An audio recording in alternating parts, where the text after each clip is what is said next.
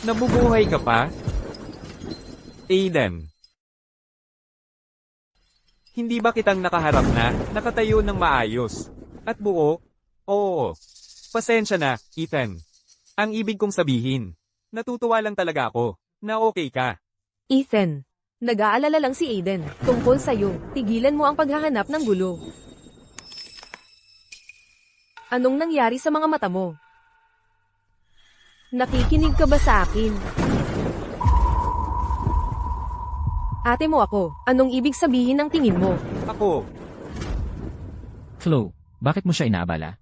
Hindi mo ba nakikita? Basang-basa si Ethan. Halika, Ethan. Punasan kita. Naku, tignan mo ang sarili mo. Anong nangyari? Nathan, ang tanging kaibigan ni Ethan, matapos siyang sumali sa pamilyang Rhodes. Anak sa labas. Umalis ka na. Hindi ako. Huwag kang makipagtalo. Papunta na ang guro. Umalis na tayo.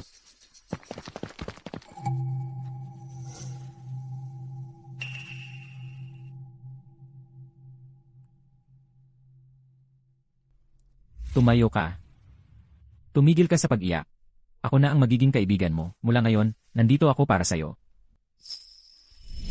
Ang mismong taong nag-volunteer na maging kaibigan ni Ethan. Ngunit nang si Ethan ay napagbintangan, ang nangyari ay nagbigay siya ng peking alibay para sa tunay na salarin. Na iniwan si Ethan na walang paraan para maglinis ng pangalan at na-expel ng may kahihiyan. Punong guro, hindi ko talaga siya itinulak. Si Aiden yon. Nathan, nandoon ka sa lugar ng pangyayari. Maaari kang magtestigo para sa akin. Tama ba? Nathan, sabihin mo lang ang totoo. Kapag nakumpirma na ang salarin, agad na i-expel ng paaralan. Nakita ko ito ng sarili kong mga mata. Si Ethan, ang nanakit kay Nora. Mula sa kasalukuyan, ang paaralan ay nag-expel kay Ethan, at permanenteng binawi ang kanyang katayuan bilang mag-aaral. Sa pagtestigo para kay Aiden, umakyat si Nathan sa makapangyarihang puno ng pamilyang Rhodes. At umangat para maging isang prominenteng bagong tao sa mundo ng negosyo. Ethan, kung hindi ka na makapagtira sa pamilyang Rhodes, hanapin mo ako. Basta't may puwang ako sa ilalim ng araw. Sisiguraduhin ko na may puwang ka rin. Nathan, ang mga taksil ay nararapat sa parusa. Nangangahas ka bang sumumpa? Ako, syempre naman, nangangahas akong sumumpa. Ako ay sumusumpa. Kung sakaling pagtaksilan ko si Ethan, sana'y tamaan ako ng bigla. Naging katotohanan ng mga salita. Mula sa sandaling, pinagtaksilan mo si Ethan. Nagsimula na ang parusang mula sa Diyos. Ethan, alam kong galit ka pa rin sa akin, dahil sa pagtestigo ko noon. Pero, Para sa ikabubuti mo lang iyon, hindi ko kayang manood lang, habang pinapalala mo ang sitwasyon mo. Para sa ikabubuti mo lang lahat iyon, ako. Nathan, anong nangyayari sa'yo?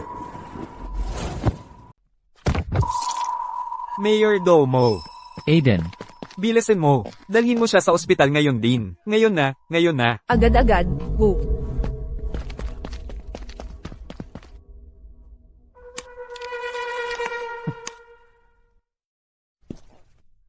Tumigil ka dyan. Ethan, ang tagal mo nang nakauwi, at hindi ka man lang nagmano kay nanay at tatay. Nasaan ang pinakabatayang galang mo? Galang? Noong ako ang nagdurusa. Nasaan sila? Tama. Iniwan ka namin sa ampunan, 15 mahabang taon. Pero 3 taon na ang nakalipas. Ibinalik ka namin sa bahay. Hindi ba pwedeng tumigil ka na sa pagpapanggap na biktima ka tungkol sa nakaraan? Alam mo ba kung gaano kahirap ang pinagdaanan ni nanay at tatay para ayusin ang pagpapaalis sa'yo? So ang ibig mong sabihin, dapat akong lumuhod at magpasalamat sa kanila? Ikaw. Ano ba ang nangyayari? Bakit parang iba ang kilos ni Ethan nitong mga nakaraang araw? Sige na, ayaw ko nang makipagtalo sa'yo. Magpalit ka ng malinis na damit kapag natapos na ang salo-salo ni Aiden para sa pagtanggap sa kolehiyo. Pag-uusapan natin to.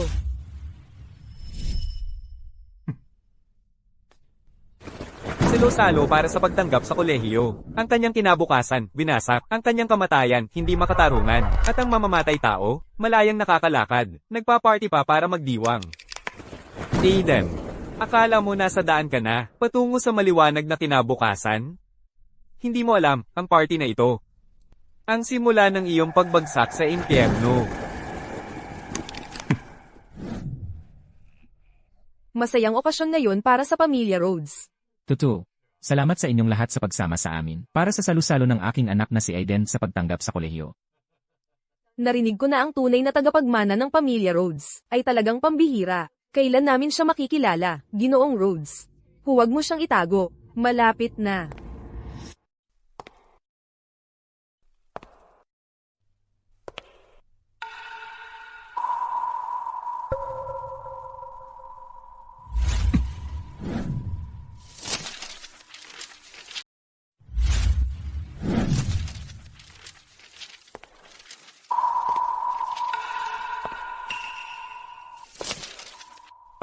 Sino yung lalaking yun? Ha, mukhang pupunta siya sa libing. Walang nakakaalam na patay na si Ethan. Kaya siguro ako na lang ang magpupugay.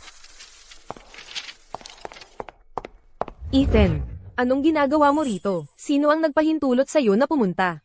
Hindi ba ako pwedeng pumunta? Hindi ito lugar para sa kalokohan mo. Umuwi ka na.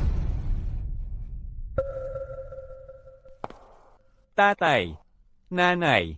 Kaya sabihin mo nga, karapat-dapat ba akong dumalo sa salo-salong ito? Si Ethan ang tunay na tagapagmana, pero walang nakakaalam sa labas. Si Aiden, ang peking tagapagmana, ay nagpapasikat sa bayan. Tinatamasa ang dapat sana ay kay Ethan, ang kanyang salo-salo para sa pagtanggap sa kolehiyo at ang kanyang magandang kinabukasan. Gusto ng pamilyang Rhodes na itago ang pagkakaroon ni Ethan. Ayoko nilang makisabay sa laro nila.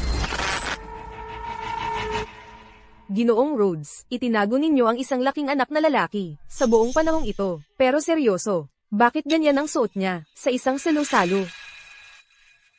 Ethan, sige, gusto mong pumunta sa salo-salo para sa pagtanggap sa kolehiyo. Sige, pumunta ka, pero bakit mo isusuot asterisk yan? Umuwi ka at magsuot ng tamang damit. Wala akong damit. Kung wala kang damit, bumili ka. Walang pera. 3 taon ka na sa pamilyang Rhodes. Bawat buwan, pinapadeposito ko kay Ginang de la Cruz ang 50,000 piso sa account mo. 3 taon yan. 1,250,000 piso. Mahigit 1,000,000. At hindi sapat yun para sa isang damit. Sa 3 taon sa bahay ng mga Rhodes, wala akong nakitang kahit 1 sentimo. Ano sa palagay mo ang nangyari, Ginang de la Cruz? Anong masasabi mo para sa sarili mo, tagapangasiwa?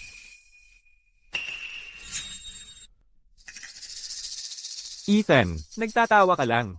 Sinusunod ko lang ang utos ni Ginang Rhodes. Nagpapadala ng pera sa'yo buwan-buwan. Hindi ako nagpabaya kahit minsan. Ethan, anong masasabi mo para sa sarili mo?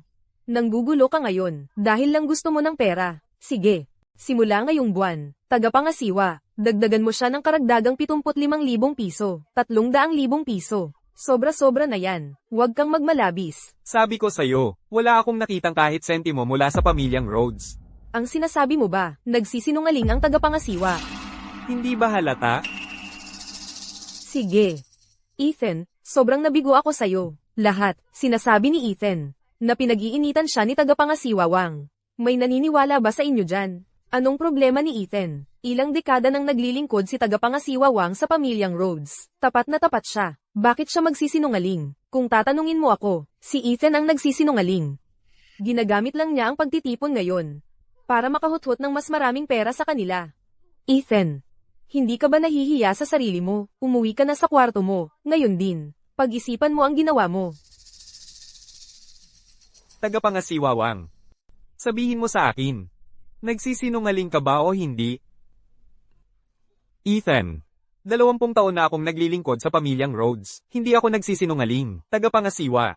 Ang mga mapagbintang at mga nananakit ng kapwa ay patungo sa espesyal na lugar sa impyerno para sa mga sinungaling. Ethan, kahit takutin mo ako, hindi ako makapagsisinungaling. Tagapangasiwa, anong nangyayari sa'yo? Lumuhad ka.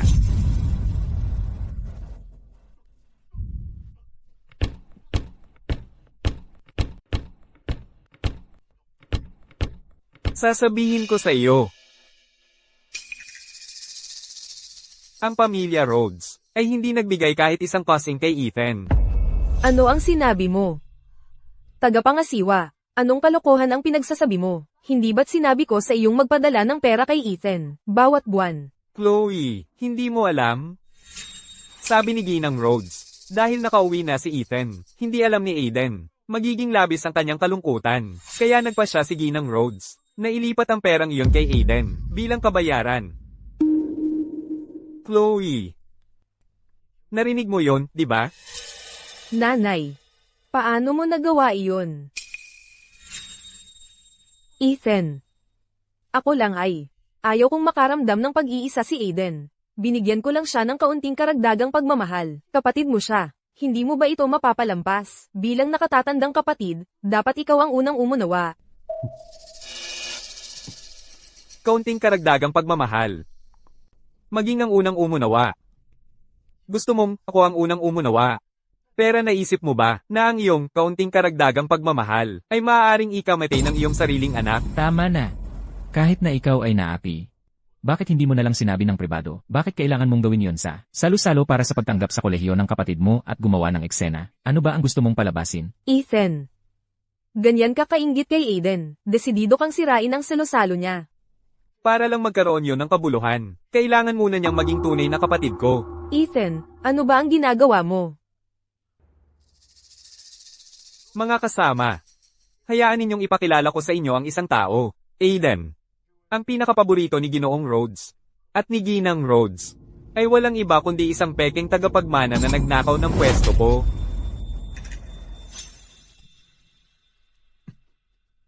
Ethan, pasensya na. Bigla lang. Ako'y napuno ng galit kaya kita sinampal. Pasensya na talaga.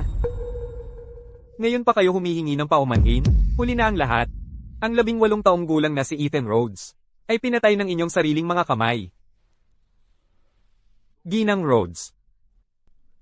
Namatay si Ethan Rhodes nang itulak ninyo siya sa impyerno.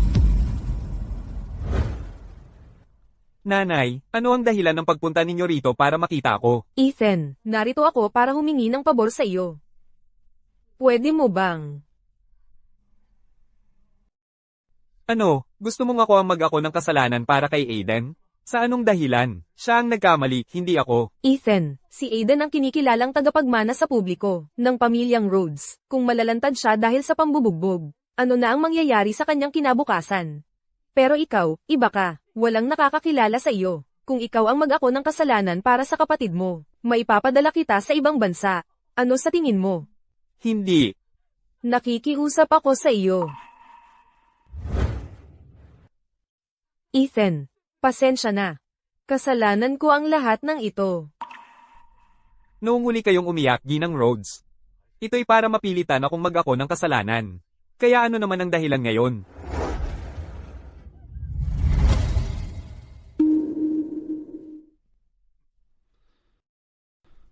Hinihingi mo ba ang buhay ko? Tama na, Ethan. Ikaw ang nagtulak kay Nora pababa ng hagdan. Seryoso ka bang sinusubukan? Naisisi ito kay Aiden ngayon. Ginang Rhodes. Malamang hindi mo pa ito alam. Noong itinulak ni Aiden si Nora, pababa ng hagdan noon. Ang mapagmahal mong inang ito ay ginamit ang kanyang mga luha at kahinaan para pagsisihin ang sarili niyang anak na kunin ang sisi para sa ampon. Anong sinabi mo? Ethan, tigilan mo ang paninirang puri kay nanay at kay Aiden. Oo, hindi ka namin pinansin. Pero ibig bang sabihin, inosente ka? Nagagalit ka kay Aiden dahil pumalit siya sa'yo. At ngayon, gagawin mo ang lahat para suruan si Aiden dito. Chloe, huwag mong kausapin ng ganyan si Ethan. Nanay, ipinagtatanggol mo pa rin siya. CJ, kalmahan natin ang lahat. Ethan, alam kong mahirap ang pinagdaanan mo noon. Kung may mangyaring ganito ulit, sabihin mo lang sa akin, at ako ang bahala. Tigilan mo ang pagpapanggap. Huwag kang magpakasanto. Anong klaseng buhay sa tingin mo ang meron ako sa pamilyang Rhodes? Wala ka talagang ideya? Ang kapal ng mukha mo. Ethan, ang kapal ng mukha mong humarap sa akin, sa selosalo ko para sa pagtanggap sa kolehiyo. Maghintay ka lang hanggang sa mapalayas ka. Ethan, salamat sa pagpunta sa selosalo ko para sa pagtanggap sa kolehiyo. Bitawan mo ako. Aiden, Nanay, tatay, Chloe, ang sakit ng binti ko.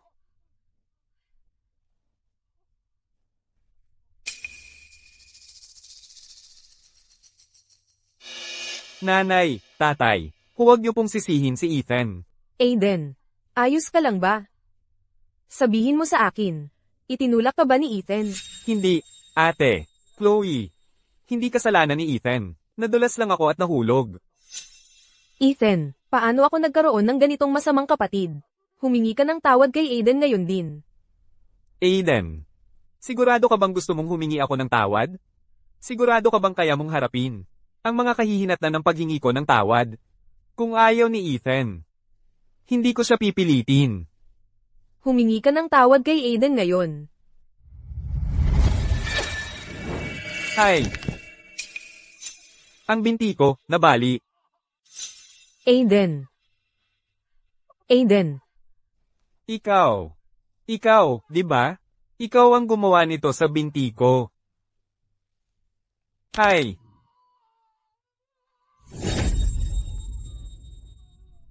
Masaya ba ang bali mong binti? Impyerno siguro, ano? Kamusta naman ang bali mong binti? Hindi masyadong maganda, di ba? Ikaw. Naglagay ka ng talam ng labaha sa sapatos ko, pinabali mo ang binti ko. Sasabihin ko sa lahat. Ang binting ito, ikaw mismo ang nagpabali nito. Sino ang maniniwala sa'yo? Panggaganti lang ito. Chloe. Alam kong hindi ako matanggap ni Ethan, pero hindi ko inakalang gagawin niya ito. Nasaktan ang binti ko. Aiden, mahal, kaya mo pa bang tumayo? Nanay, parang hindi na ako makabangon. Ethan, paano ka naging ganito kalupit? Nasaktan ang sarili mong kapatid na lalaki. Pwedeng habang buhay siyang magdusa. Ano na ang gagawin niya? Ethan, pambubugbog ito. Ihahanda kita sa mga pulis. Makukulong ka. At mag-isip-isip ka sa ginawa mo. Ang binti ko. Oh, masyadong masakit. Aiden, ipakita mo sa lahat. Hayaan mong makita nila kung gaano ito kalala. Tama. Kapag nasa korte na tayo, susuportahan ka namin. Oo, Aiden. Magpakita ka sa kanila. Ethan. Pipirma ka sa sarili mong huling habilin.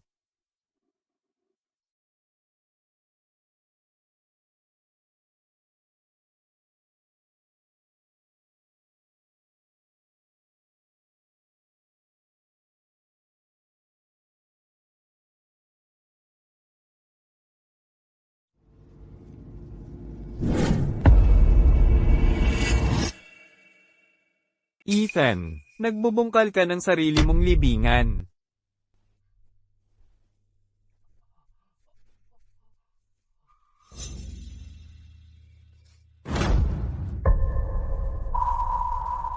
Anong nangyayari? Ano ba? Bakit nawala na ang sakit? Aiden, ang binti mo. Para saan ang drama na to? Sasabihin ko na sana ito kanina. Bahagya lang nahagip ni Ethan ang paa mo. Tapik lang. Pero sumisigaw ka sa sakit. Parang nabali ang binti mo. Hindi ka naman talaga nasaktan. Nagsisinungaling ka. Hindi ako. Aiden, bakit ka nagsisinungaling? Talagang hindi ako. Ethan, nagkamali ako nang akusahan kita. Ginang Rhodes, hindi mo ba tatawagan ng pulis? Sige, tawagan mo. Tingnan natin kung si Aiden ang aarestuhin nila o ako. Huwag mo silang tatawagan. Ethan. Makinig ka muna sa akin. Okay, isa lang tayong pamilya. Hindi ba? Bakit kailangan mong gawing? Malaking eksena ito. Hindi ba pwedeng maayos lang tayo? Hindi magiging maayos. Sa tuwing magpapanggap tayong magkasundo, ako ang laging umuurong, at kailangan ko pang tiisin ang pangungutya ninyo. Ang sabihang hindi ako karapat-dapat na maging tunay na tagapagmana ng pamilya Rhodes. Hayaan ninyong linawin ko ito, hindi dahil hindi sapat si Ethan para sa pamilya Rhodes, kundi, ang pamilya Rhodes ang hindi sapat para kay Ethan. Simula ngayon, ako, si Ethan Rhodes at ang pamilya Rhodes, ay tapos na. Kayo na ang magpatuloy, aalis na ako. Ethan. Wala yun, mga kaibigan. Talaga, ayos lang. Ang anak ko, medyo mainitin lang ang ulo, yun lang. Lahat, magpatuloy po kayo. Sige, mag-enjoy kayo. Ethan, inihiya mo ako ngayon, sa harap ng lahat ng mga taong ito. Huwag mo nang, muling tumapak sa bahay ng mga Rhodes. Kung hindi, pagbabayaran kita. Hindi ko inakala. Ang dami ng pinagdaanan ni Ethan dito sa pamilya. Ang dami ng paghihirap. Talagang mali ang pagkakilala ko sa kanya. Ethan. Ethan. Ethan, huminto ka dyan. Ethan. Di mo narinig na huminto ka. Bingi ka ba? Bitawan mo ko. Ethan, ano ba ito? Sapat na ba sa'yo, ang sampal na ito? Gaman ba ang pakiramdam mo? Sumama ka sa'kin pa uwi. Hindi sapat para sa akin. Malayo pa yan sa sapat. Ethan, hindi ka ba titigil? Hindi pa sapat ang paggulo mo sa handaan. Ngayon tatakas ka na. Balak mo bang sirain ang reputasyon ng pamilya Rhodes? Sa lungsod Hilaga Kagubatan. Yan ba ang gusto mo? Kung may pakialam ang pamilya Rhodes sa reputasyon nila, hindi nila hahayaang nakawin ng peking tagapagmana, ang karapat-dapat sa akin. Ethan, huwag kang magmalabis. Pinapauwi kita, dahil natatakot akong mapanganib ka, at masaktan. Huwag kang walang utang na loob. Sa kabaligtaran, lahat ng sakit na naranasan ko ay galing sa pamilya Rhodes. Aray! Ay, Diyos ko, Ginang Rhodes. Bilis, tumayo ka. Ang sakit ng katawan ko, hindi ko na kaya. HMP, Ethan, anong nangyari sa'yo? Halika, tulungan kitang tumayo, Ginang de la Cruz. Huwag mo siyang tulungan.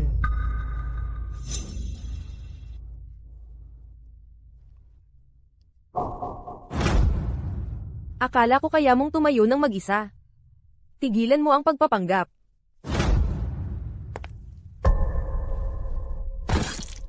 Ay, nako, Ethan. Ethan. Anong ginagawa mo? Maling tao ang pinili mong awayin. May nag-uupa sa amin, para saktan ka ng konti. Hulihin siya.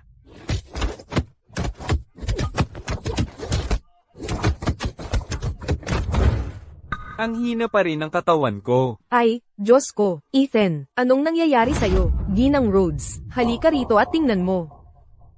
Bakit siya umuubo ng dugo sa handaan? Ayos na ayos siya. Ginang de la Cruz, nasaan ang kwarto ni Ethan? Nandoon. Ginang Rhodes, sundan mo ako. Sige.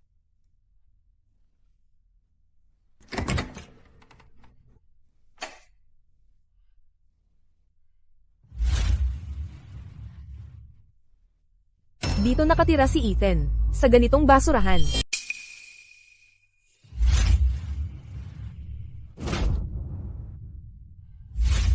Anong iniisip ng butler? Si Ethan ang tunay na tagapagmana ng pamilya Rhodes. Paano siya mabubuhay sa ganoong klaseng lugar? Ang tunay na tagapagmana ng pamilya Rhodes? Hindi ba't sinabi mo sa akin na dito ako manatili? Nakalimutan mo? Kailan ko sinabi yon? Chloe, gusto kong tumira sa ikatlong palapag para mas malapit sa'yo. Hindi pwede ang ikatlong palapag. Nakatira kami ni Aiden sa ikatlong palapag. E di sa ikalawang palapag na lang ako para mas malapit kina nanay at tatay. Tumatanda na sina nanay at tatay. Magagaan ang tulog nila. Kailangan mo ba silang gambolain? E di sa atak na lang ako. Ang atak ay art studio ni Aiden. Butler, Ginang Rhodes. anong iba pang mga kwarto ang nandito sa unang palapag? Mayroon pang isang imbakan sa unang palapag, pero walang laman. Sige, edi linisin nyo ang imbakan, para doon tumira. Si Ethan. So, sa nakalipas na 3 taon, dito ka nakatira. Ano pa? Ethan. Ethan, Ginang Rhodes, napakasama ng kalagayan. Sa imbakang ito, hindi ba dapat maglinis tayo ng magandang kwarto para kay Ethan? Hindi, Ginang de la Cruz. Dalhin mo si Ethan sa kwarto ko. Tatawagan ko ang doktor ng pamilya. Halika, Ethan.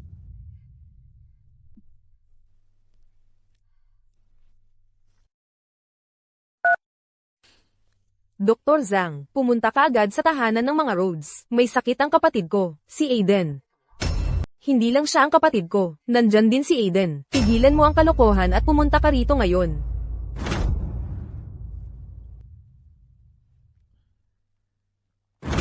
Ginang Rhodes, inihiling mo ba sa akin na gamutin ang isang patay na tao? Huwag kang magsabi ng ganyang kalokohan. Ang kapatid ko ay nasa mabuting kalagayan. Kung gayon, marahil, may sira ang aking kagamitan. Ethan, mayroon ba siyang anumang sintomas? Bigla na lang siyang nagdugo mula sa bibig. Ginang Rhodes, ang katawan ng tao ay mayroong mga mekanismo ng pag-iingat sa sarili. Sa pangkalahatan, hindi ito basta-basta magdudugo mula sa loob. Maliban na lang kung ano. Hayaan mong tapusin ko muna ang pagsusuri. Saka ko maibibigay sa iyo ang diagnosis. Ginang Rhodes, pakilingon mo muna siya. Gaano man kalala ang mga peklat na ito? Mga panlabas na sugat lamang ang mga ito. At hindi magdudulot ng pagdurugo sa loob.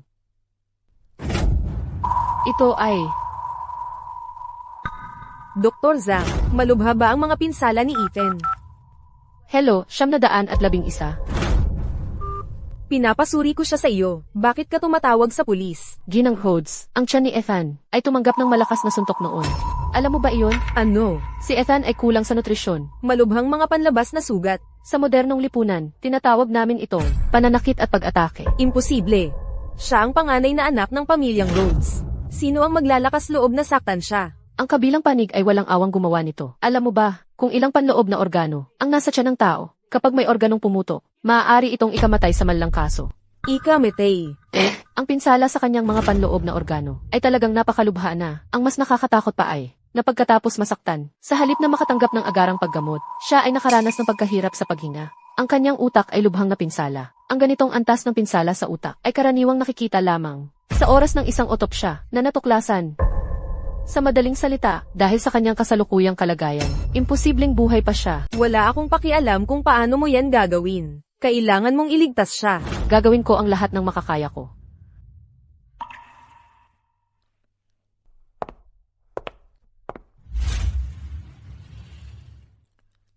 Akala ko nakabalik na si Ethan sa pamilya Rhodes. Hindi ko inasahang mamumuhay siya sa Karangyan, o anumang katulad noon. Pero sana man lang ay mayroon siyang mga pangunahing pangangailangan.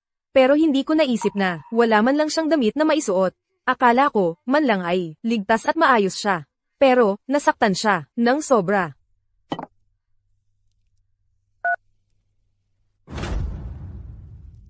Hello, Assistant Reyes, imbestigahan mo. Ang lahat ng nangyari kay Ethan.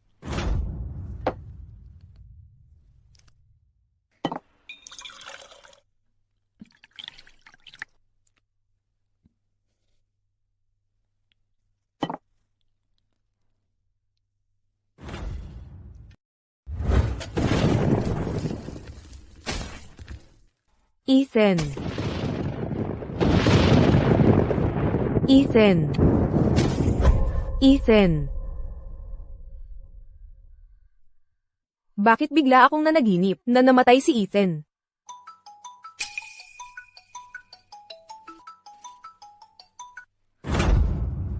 Chloe, tungkol sa bagay na ipinaimbestiga mo sa akin, may mga nakuha akong impormasyon, pero kailangan mong maghanda sa sarili mo.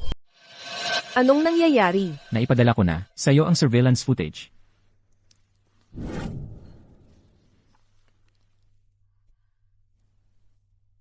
Ano ba talaga ang pinagdaanan ni Ethan sa buong panahong ito? Paano siya napunta sa ganitong kalagayan?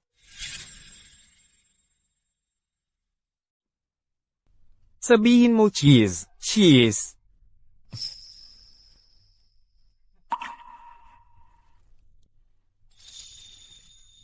Ang sunod son urine, ha? Ano ang gusto mo?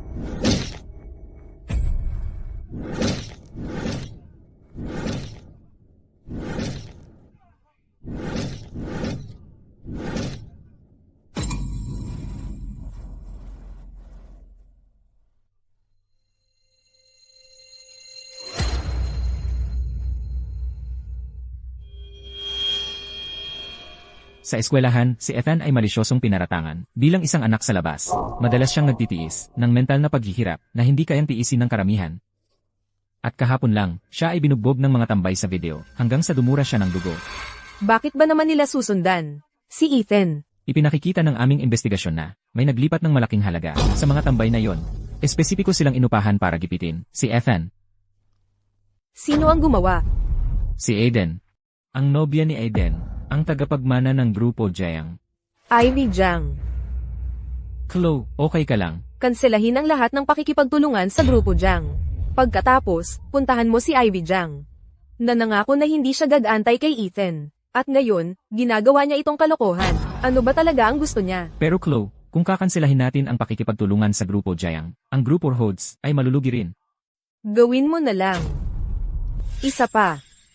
Gusto kong hanapin mo ang pinakamagaling na abogado sa lungsod. Gusto kong lahat ng mga salbaheng yon ay makulong. Sisiguraduhin kong lahat ng nanakit kay Ethan ay magbabayad ng mahal. Dr. Zhang, kumusta na siya? Chloe. Si Ethan, naisagawa ko na ang paggamot sa kanya. Mula ngayon, si Ethan ay kailangan kumpletong magpahinga sa kama. Dapat niyang iwasan ang anumang karagdagang pinsala. Naiintindihan ko. Ang bayad ay ililipat sa iyong account mamaya. CJ,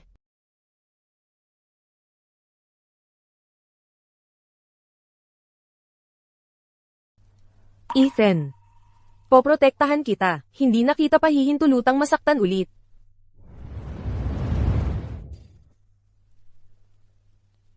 Magpahinga kang mabuti.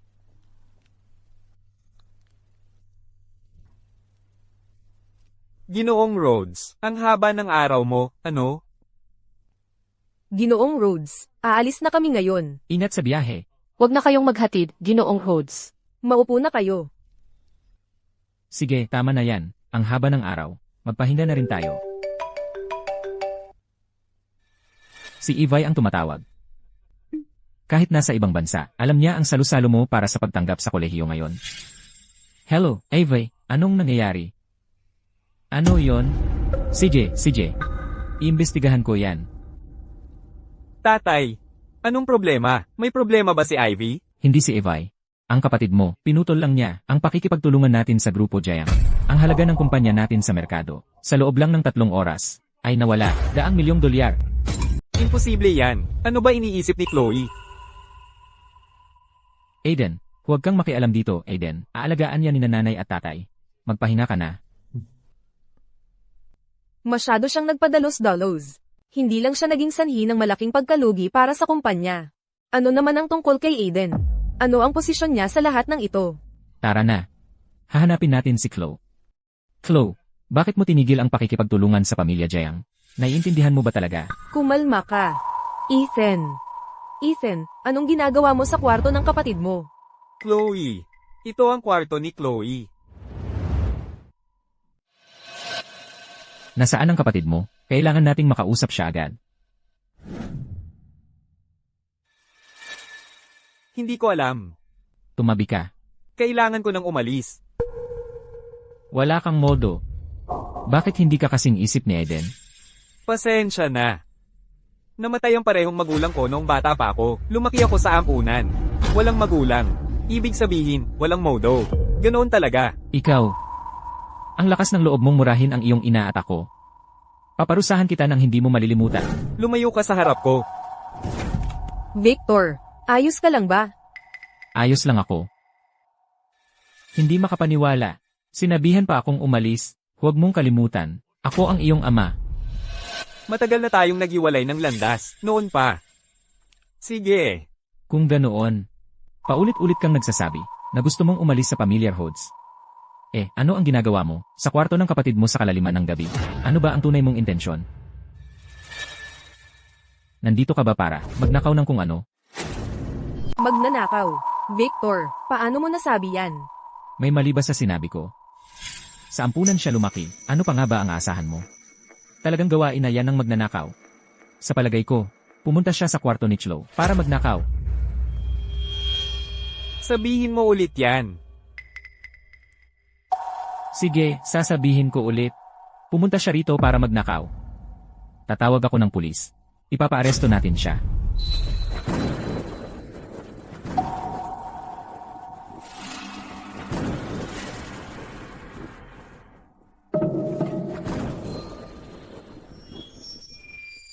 Anong ginagawa mo? Tatay, nanay, anong ginagawa ninyo sa kwarto ko? Bakit ang lamig dito? At anong nangyari sa ilaw? Ethan. Sabi ng doktor, malubha ang mga sugat mo. Kailangan mong magpahinga sa kama. Chloe, ikaw ba ang nag-anyaya kay Ethan sa kwarto mo? Oo. Narinig mo yan, Ginoong Rhodes? Tatawag ka pa rin ng pulis? Kalimutan muna natin yan. Chloe, tatanungin kita, bakit mo pinutol ang pakikipagtulungan sa pamilya Jayang? Hindi mo ba alam Kung gaano kalaki ang nawalang kita ng pamilya dahil sa ginawa mo. At baka si Aiden, dahil sa ginawa mo, malamang, kanselahin ang kanyang kasunduan sa pamilya Jiang. Lagi na lang kitang pinag-uusapan ng kita. May respeto ka ba sa pamilya Jiang? At nang magpadala si Ivy ng tao para saktan si Ethan, may respeto ba siya sa pamilya natin? Sinaktan si Ethan. Nanay. Ito ang medical report ni Dr. Zhang para kay Ethan. Si Ivy Zhang. Halimaw siya. Nag-hire siya ng mga tambay para halos patayin si Ethan.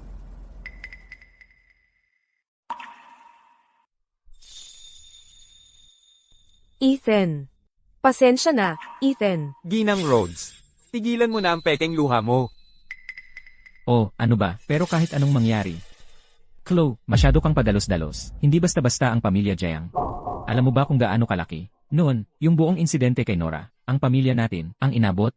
Kaya nga pumayag silang kalimutan na. Pero si Ivy asterisk ayaw asterisk talagang magpatalo. Anak, gulay na ngayon ang babaeng si Nora. Pero si Ethan natin, ay gising naman kahit papaano. Di ba? Ah, ano ba? Mga galos lang yan. Hindi siya mamamatay. Gagaling din siya. Ang importante ngayon ay, na si Ethan, ang unang humingi ng tawad sa pamilya Jiang. Malinaw ang sinabi ni Evay, kung papayag si Ethan, na pumunta sa tabi ni Nora, at lumuhod para humingi ng tawad. Siya, ay papayag na ipagpatuloy ang pakikipagtulungan sa atin. Ethan, humiling ka ng tawad kay Nora. Gagawin mo ba? Ang pamilya natin ay hindi kayang mawalan ng pakikipagtulungan ng mga Jiang. Para ba talaga ito sa pamilya, Ginang Rhodes? Sa tingin ko, tungkol lang ito sa pakikipag-alyansa sa kasal ni Aiden. Ang pamilya natin at si Aiden ay iisa lang. Ano naman kung hihingi ka ng tawad? Tatay, tutol ako. Hanggat nandito ako, walang pipilit kay Ethan na humingi ng tawad. Tatay, nanay, Chloe, ano ba ang ginagawa ninyong lahat? Aiden, bakit ka gising? Dapat tulog ka na. Nanay. Nanaginip ako ng masama, napanaginipan kong nagkagalit tayo sa mga Jiang. Galit na galit si Ivy, kaya pinutol niya ang aming kasunduan. At pagkatapos ano? At pagkatapos ay nakipag-alyansa siya sa ibang pamilya, para pagtulungan at ibagsak ang pamilya natin. Sabi niya, para mag-higanti, para kay Nora. Hindi yun totoo, di ba? Tama. Hindi sasaktan ni Ivy ang pamilya natin, di ba? Aiden.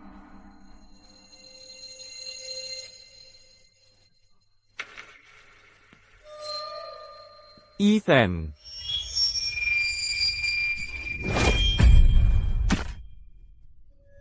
Pinatay mo si Ethan. Paano ka pa nakakatulog sa gabi? Ethan, nagbibiro ka ba? Nakatayo ka mismo sa harap ko, at maayos na maayos ka. Ang mga ninakaw, kailangang isauli rin sa bandang huli. At ang mga kasalanang ginawa mo, ay babayaran mo. Hindi ko maintindihan. Ethan, ano ba ang sinasabi mo? Mag-sorry ka na lang kay Nora, kahit hindi para sa akin. Gawin mo para sa pamilya Rhodes, para kay tatay, para kay nanay, at para kay Chloe. Ikaw ang dapat humingi ng tawad. Aiden, anong nangyari? Tatay, nanay, Chloe, sinakal niya ako. Totoo yan. Ayaw lang talaga ni Ethan na mag-apologize sa pamilya Jiang. Kaya nga niya ako sinakal. Aalis na ako. Ayoko nang makisali sa kalokohan mo. Ethan, may sugat ka pa. Saan ka pupunta? Chloe, papatayin ako ni Ethan. Huwag mo siyang payagang umalis, pakiusap. Aiden, nakita ito ng lahat dito. Ikaw ang sumasakal sa sarili mo. Wala namang ginawa si Ethan. Chloe, paano nangyari ito? Ang ate na laging nagmamalasakit sa akin, ay hindi naniniwala sa akin? Ethan. Ginang Rhodes, may kailangan po ba kayo? Pasensya na. Wala ako sa tabi mo. Chloe, tingnan mong mabuti kung sino ako. Siyempre naman, ikaw ang kapatid ko. Si Aiden ang kapatid mo. Huwag mong kakalimutan yan. Pareho kayong kapatid ko, ikaw at si Aiden. Mula ngayon, pantay ko kayong tratuhin. Ano man ang meron si Aiden, magkakaroon ka rin. Kung talagang ayaw mo kay Aiden, malapit na siyang magkolehiyo. Hindi na siya madalas sa bahay. Kapag umuwi man si Aiden, pwede kang sumama sa akin sa kumpanya. Kung yung dating Ethan, maririnig ang mga salitang yan, ay maiiyak na siguro. Pero ngayon, ako, nasusuklim na lang ako. Ethan. Ethan. Driver, sa lungsod Hilaga Kagubatan Airport. Ethan. Ethan. Ethan.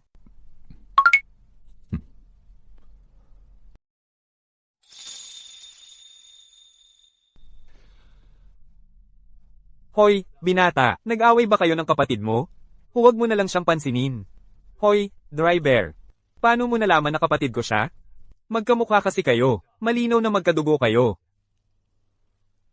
Ngayon, hindi mo na siya maririnig.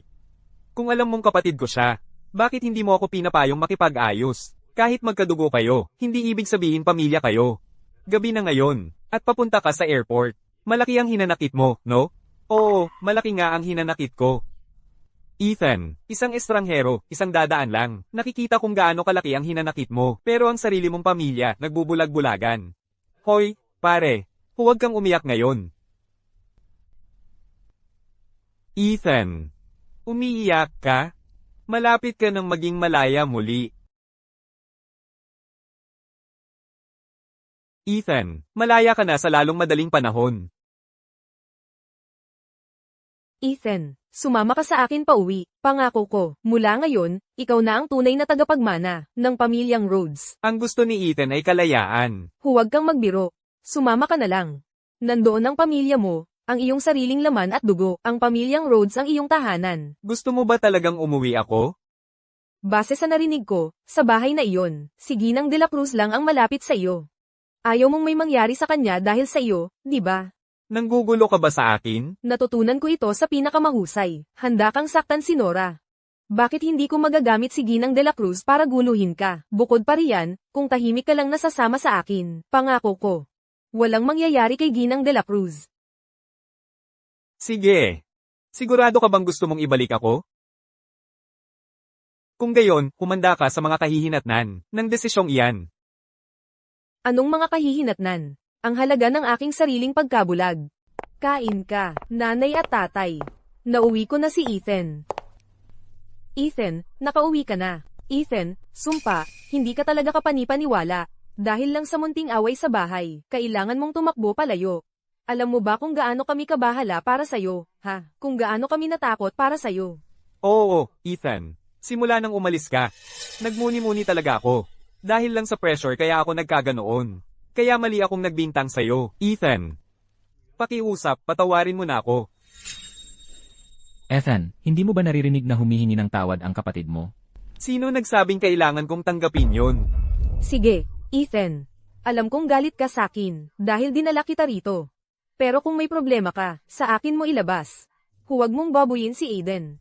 Chloe, huwag mong kausapin ng ganyan ang kapatid mo. Ethan, buong gabi kang wala, gutom ka na siguro. Kumain muna tayo, sige. Ngayon Ethan, mamaya. Painumin ko ang driver para dalhin ka sa ospital. Kailangan mong humingi ng maayos na tawad kay Nora. Kapag nakabalik na sa atin si Eve, magpapatuloy siyang makipagtrabaho sa pamilyar Rhodes. At magiging ligtas ang kasunduan ng kapatid mo. Tatay, ang kasunduan ko ang pinakahuling mahalaga.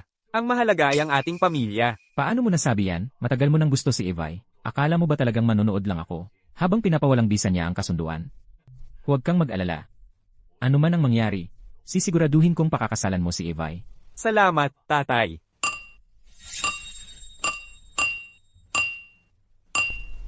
Ethan, hindi ba tayo pwedeng kumain ng tahimik kahit isang beses? Hulaan ko, gusto mong kumain ako? Dahil parang hangin lang ang inihain mo sa akin. Nasaan ang kusinero? Halika rito agad. Anong nangyayari, Chlo? May kailangan ka ba? Bakit walang laman ang mangkok ni Ethan? Gusto mo bang matanggal? Hindi ganoon, Chlo. Ito ay... Teka. Ako ang may kasalanan. Galit na galit lang ako para sa kapatid ko. Nabuhos ko nang hindi sinasadya ang sabaw. Nakalimutan kong kumuha ng pagkain para kay Ethan. 3 taon na akong kasama ng pamilya Rhodes. At hindi pa ako nabusog kahit minsan. Lagi mo ang nakakalimutan. Tanggol ka na. Sinabi ko bang pwede kang umalis? Bumalik ka. Ethan, anong ginagawa mo? Sabi ng kusinero, nakalimutan niyang magluto para sa akin. Pero hindi ako naniniwala. Totoo bang may nakalimot magpakain sa akin? Oh my! Nagbabawal sa kanyang magluto para sa akin? Nanay at tatay, nasunog ang kamay ko. Ang sakit talaga. Aiden, ayos ka lang ba? Dapat ba tayong pumunta sa ospital? Tama, ayaw naming magkaroon ka ng peklat. Tara na, pumunta na tayo sa ospital. Pumunta tayo sa ospital. Ano naman kung alam mong ako yon? Kailangan ko lang ng konting daya, at wala ka pa rin magagawa.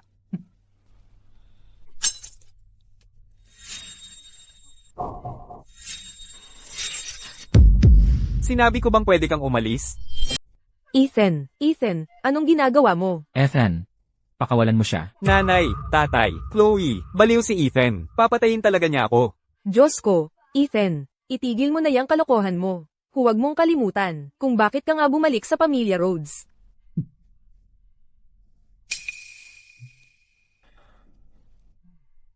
Huwag kang matakot. Ang gusto ko lang ay magsama-sama tayong kumain ng maayos. Ganoon ba kahirap yon? Chef, edi sabihin mo, sino ba talaga ang ayaw akong pakainin? Nakalimutan kong magluto para kay Ethan. Walang nag-utos sa akin.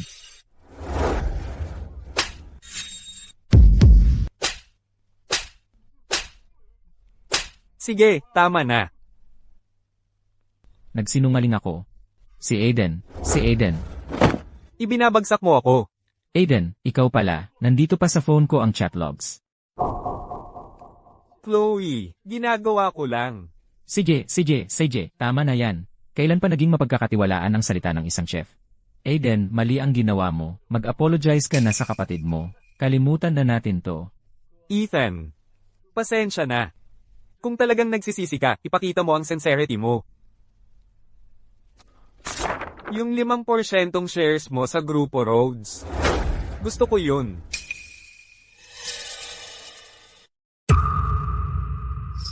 Sa ibabaw ng bangkay ko. Aiden. Tandaan mo ito, ang mga sapi na ito ay laging nararapat na pagmamay-ari ng tunay na tagapagmana ng Pamilya Rhodes. Swertihan mo lang na hawak mo ang mga ito sa loob ng 18 taon. Maging matalino at gawin mo ang tama habang may pagkakataon ka pa. Ilipat mo sa akin ang mga sapi. Kung hindi, mas marami pang mawawala sa'yo kaysa sa 5% ito. Ethan. At sigurado ka bang kung makuha mo ang 5% sapi na ito? Magsusori ka sa pamilya Jiang. Ginoong Rhodes, negosyante kayo. Alam ninyo, tulad ko, ang tubo lang ang totoo. Kapag hawak ko na ang mga sapi na yon, ako ay isang shareholder. Pagkatapos, syempre kakampi nila ang pamilya. CJ, pirmahan mo. Tatay, Pirmahan mo.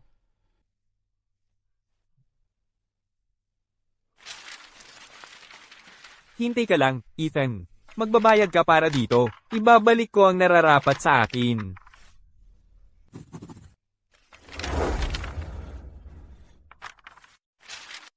Ethan, hindi ba nangako ka sa akin na magsusori ka sa pamilya Jiang? Sinabi ko bang gagawin ko ito asterisk ngayon mismo? Ikaw, Ikaw, anak na walang utang na loob. tatay, huwag ninyong sabihin iyan. Hindi nakatulog si Ethan ng buong gabi. Hindi pa huli para puntahan niya sila pagkatapos niyang magpahinga bukas.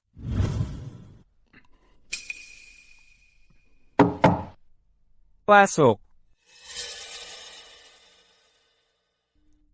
Ethan, anak, ito ang lugaw na ginawa ng nanay mo para sa iyo. Ayaw ko. Alam mo ba, ang paggawa ng lugaw na ito ay nakapaso sa kamay ng nanay mo. Diretso na lang, Ginang Rhodes. Tingnan mo, gising ka na. Nakaantabay ang kotse sa labas, handa at naghihintay para sa iyo. Bakit hindi ka nalang pumunta sa ospital at humingi ng tawad kay Nora? E di siguro si Aidan ang dapat humingi ng tawad. Paano mo nasabi iyan, Ethan? Ilang araw ka pa lang, nag-aarteng brat ka na. Dahil pumalit ka kay Aidan noon, dapat tapusin mo ang sinimulan mo. Ano naman ang masama kung tatakpan mo siya ng isa pang beses? Laging Aidan, ito, Aidan, yan. Huwag mong sabihin na siya ang tunay mong anak, ano? Ikaw.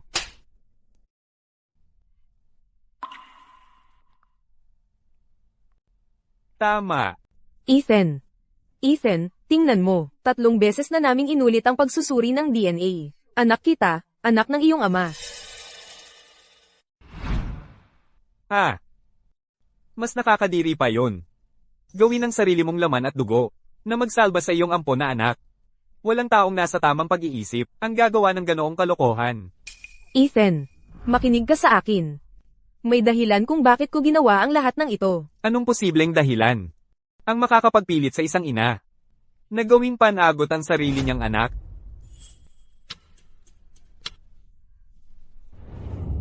Dalawang taon na ang nakalipas. Dinukot si nanay ng mga Butanjero. Sinimulan ng mga Butanjero ang malaking sunog. Si Aiden ang nagligtas sa akin.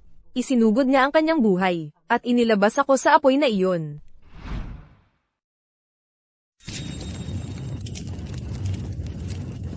Nanay, nandito ako.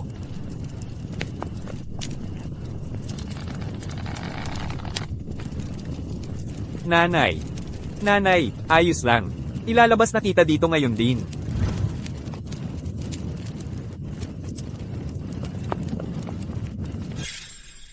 Aiden. Isinakay niya ako sa kanyang likod sa loob ng 10 milya. Bago sa wakas ay nakahinto ng sasakyan. At dinala ako sa ospital. Siya ang nagligtas sa iyo. Hindi ako masyadong sigurado dyan. Saan mo nakuha ang malaking peklat na ito? Kailan ito nangyari? Hindi mo talaga alam kung paano ko ito nakuha. Ethan. Huwag mong sabihin. Sinasabi mong, nakuha mo ang peklat na ito para iligtas ako. Hayaan mong sabihin ko sa iyo, huwag kang maglakas loob na magnakaw ng kredito sa ginawa ni Aiden. Ethan, ayos ka lang ba? Matagal nang naghihintay ang driver sa baba. Sumakay ka na sa kotse at pumunta ka agad sa ospital. 1 segundo lang ang pagkaantala. At ang katulong na ito. Alam mo na ang mangyayari. Ethan. Ginagamit na naman ba niya ako para takutin ka? Huwag mo siyang pakinggan. Wala akong pakialam kung anong mangyari sa akin. Pupunta ako sa ospital dahil iyon ang gusto ko.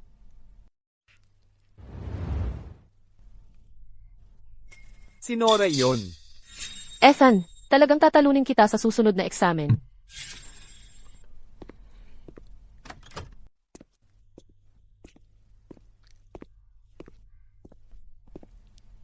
Nora. Naalala mo ba kung sino ako?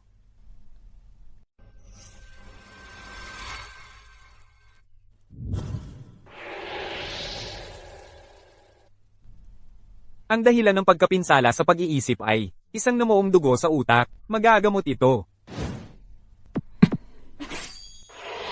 Nora, kailangan mong magising ngayon.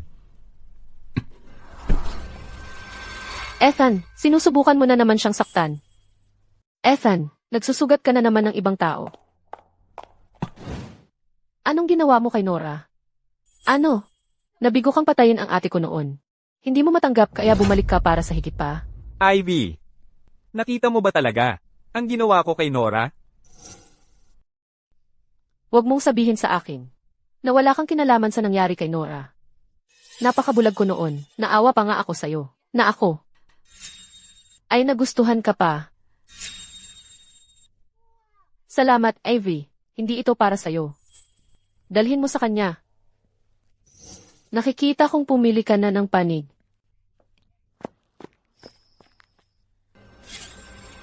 Noon, o kahit ngayon, hindi mo talaga nakita ng malinaw ang anuman. Ako ang nanakit kay Nora. Tama ba? Kahit hindi ko nakita ng sarili kong mga mata.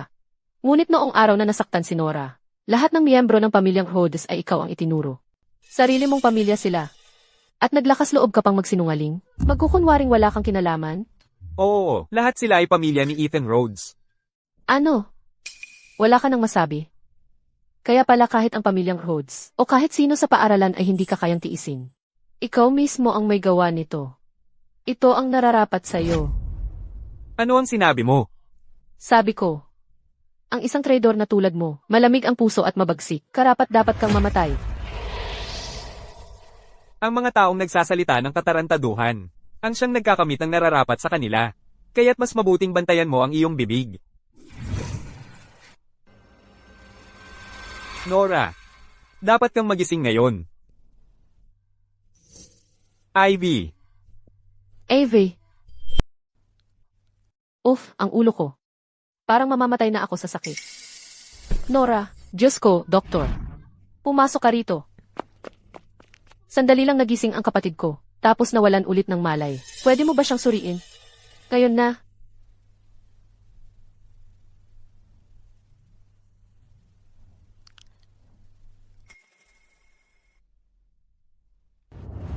Malaki ang pagbuti sa kalagayan. Ni Ginang Jayang. Kung makakatanggap siya ng tamang gamutan, mataas ang tsansa niyang gumaling. Talaga? Ang galing naman. Nora, kailangan mong gumaling kaagad, ha? Pakiusap. Maligayang kaarawan. nanay at tatay, pwedeng hiwain ninyo ang cake para sa akin? Kaarawan din ni Ethan ngayon. Hindi pa siya umuwi. Dahil ba ayaw ni Ethan na makisalo sa akin, kaya sinasadya niyang hindi umuwi? Kasalanan ko itong lahat.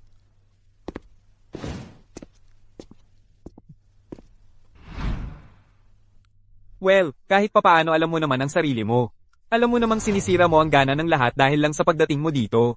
Mag-ingat ka sa pagsasalita. Pagpasok mo rito na may ganyang mukha. Nagdadala ka lang ng malas sa bahay na ito. Ano ba ang sinasabi mo?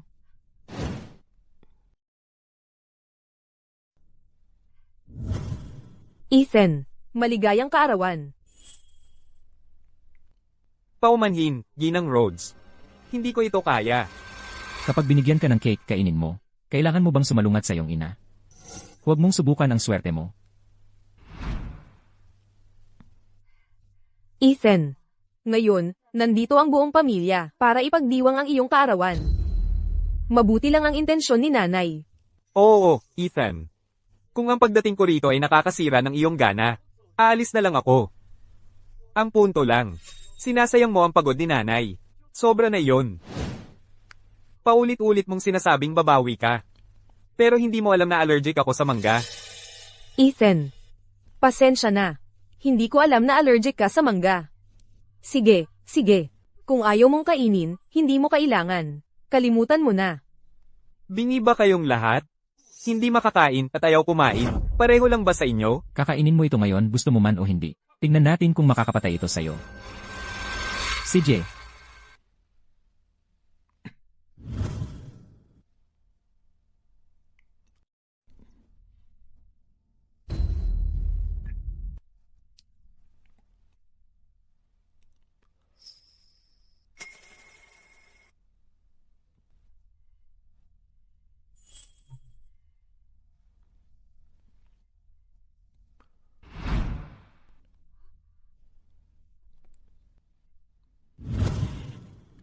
Ayan, nasiyahan ka na ba? Pasensya na, Ethan. Ako ang may kasalanan. Ethan, ako ang sisihin mo kung gusto mo. Sa totoo lang, hindi ko alam na allergic ka sa mangga. Kung ganun ang mangyayari, mas gugustuhin ko pang ako ang magkaroon ng allergic reaction. Ganoon ba? E di ay gay-grant ko ang hiling mo.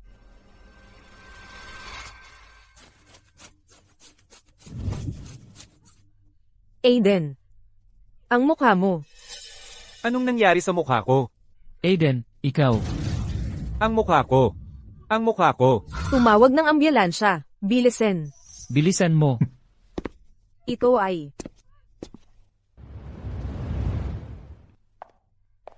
Noon, napakabait sa akin ni Ethan. Ngayon, kung ako ang magpapakumbaba para makipag-ayos sa kanya, tiyak na magiging maluwag na ang kanyang loob at makikipagbati sa akin.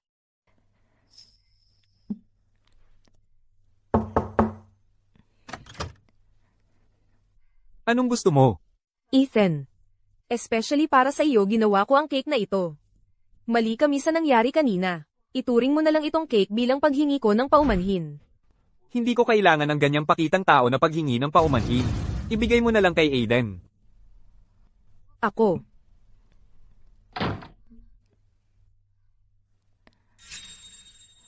Kanina, nagkamali ako ng akala kay Ethan. Ako mismo ang magluluto ng cake para humingi ng paumanhin sa kanya. Tiyak na patatawarin niya ako. Ethan.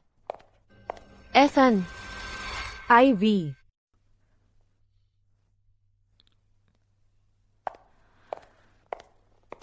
Ivy. Anong ginagawa mo sa bahay namin? Bigla na lang tinigil ni Ginoong Rhodes ang pakikipagnegosyo sa pamilya namin. Wala ka bang paliwanag sa akin? Ikaw pa ang may ganang magtanong.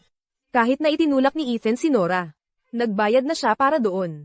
Pero ikaw, nagpakuha ka ng mga tambay para bugbugin siya ng palihim. Tao ka ba? Slow, tigilan mo ang kalokohan mo. Kailan ako nagpakuha ng mga tambay para bugbugin siya? Ivy. Kaya ngayon, itatangi mo na lahat. Malubha ang pinsala sa atay ng kapatid kong lalaki. Ikaw ay umaasang, makita siyang magdusa, di ba? Di katakatakang noong araw na iyon. Napakaputla ng mukha niya nang dumating. Dahil yon sa kanyang sarili. Kahit papaano, normal na tao pa rin siya. Pero ang kapatid kong si Nora, di na nga niya ako nakikilala. Nararapat lang ang nangyari kay Ethan. Slow. Huwag kang magpanggap na santo sa akin. Di ba ikaw ang humila kay Ethan papunta sa bahay ng mga Jayang at pinilit siyang lumuhod at humingi ng tawad? Nakaluhod si Ethan, nagmamakaawa sa'yo. Pero ikaw, bilang kapatid niya, wala kang pakialam, di ba? Ngayon, bigla-bigla na lang, naalala mong si Ethan ay sarili mong kapatid? Huli na. Ilang taon na niyang kinamumuhian ka. Ano ba ang iniisip ko? Nang bumili ako ng cake para kay Ethan?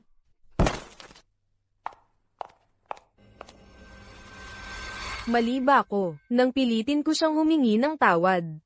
Pero si Ethan, wala namang sama ng loob sa pagitan mo at ni Nora. Bakit mo siya itinulak sa hagdan? Ethan, paano mo na itulak ang sarili mong kapatid sa hagdan? Gusto mo bang gawing tanga ang sarili mong kapatid? Noon, ikaw, ang malisyosong nanakit kay Nora. Pinatalsik ka ng eskwelahan at di ka pa rin natuto. Ngayon, ginagawa mo na naman ang parehong kalokohan. Nasaktan mo na rin ang sarili mong kapatid ngayon. Lumuhod ka at humingi ng tawad sa kapatid mo. Tungkol naman sa lahat ng nangyari noon. Alam na alam mo yan. Tumahimik ka. Noon, si Aidan ang nagtulak kay Nora sa hagdan. Kagad na lumapit sa akin si Ginang Rhodes. Pinagtatakpan ko si Aidan. Pero ikaw, bago pa mag-imbestiga ang eskwelahan, barya mo ang footage ng seguridad. Kayong dalawa talagang bagay na bagay.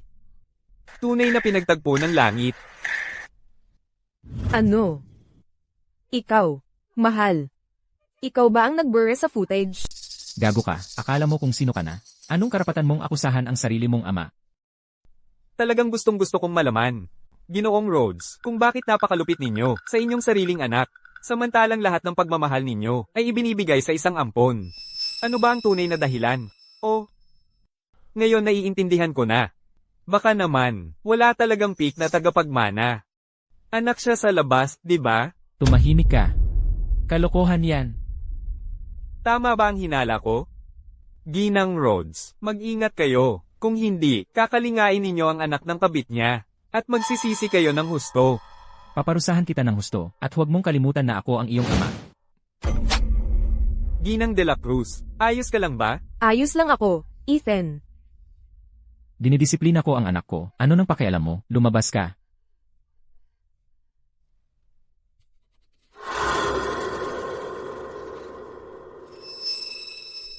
Victor, patay ka.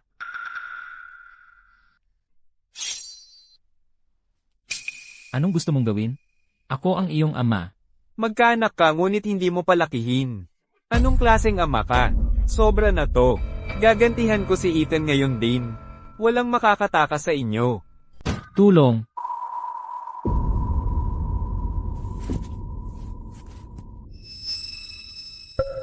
Buisit, bawal akong manakit sa mga magulang ni Ethan. Ethan, kasalanan ng lahat ito ni nanay. Kung kailangan mong magalit sa isang tao, sa akin ka magalit. Tama. Ikaw ang may kasalanan. Bilang isang ina, mas pinaburan mo ang ampon. Kaya nawalan ng lahat ang sarili mong anak. Pinabaon mo siyang buhay. At ikaw, pinatay mo muna si Nora, tapos pinatay mo si Ethan ng napakalupit. Karapat-dapat kang mamatay. Nanay, tulungan mo ako. Nababaliw na si Ethan. Bitawan mo. Aiden, hanapin mo ang kapatid mo. Bilisin mo. May isasanggalang mo siya ngayon, pero hindi habang buhay. Ang mga kasalanang kanyang ginawa ay dapat bayaran ng dugo. Tapos ka na ba? Kailangan mo bang wasakin ang pamilyang ito? Kung alam ko lang na magiging ganito, hindi na lang sana kita ipinanganak. Huwag mo akong ipanganak.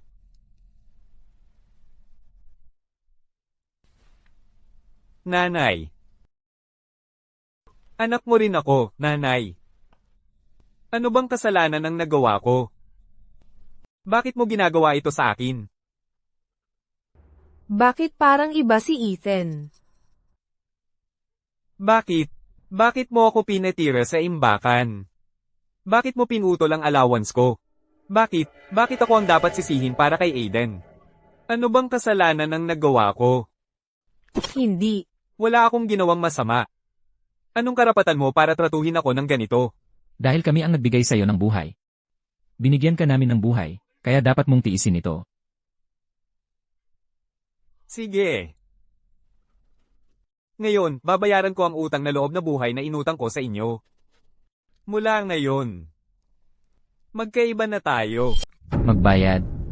Ang utang na loob sa pagbibigay ng buhay ay mas mabigat pa sa langit. Ano ba ang maibabayad mo? Itatakwil ko ang aking pagiging anak sa iyo, Ama. Itatakwil ko ang aking pagiging anak sa iyo, Ina.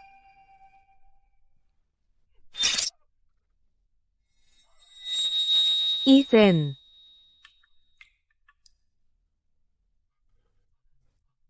Ethan. Sapat na ba ito? Hindi sapat.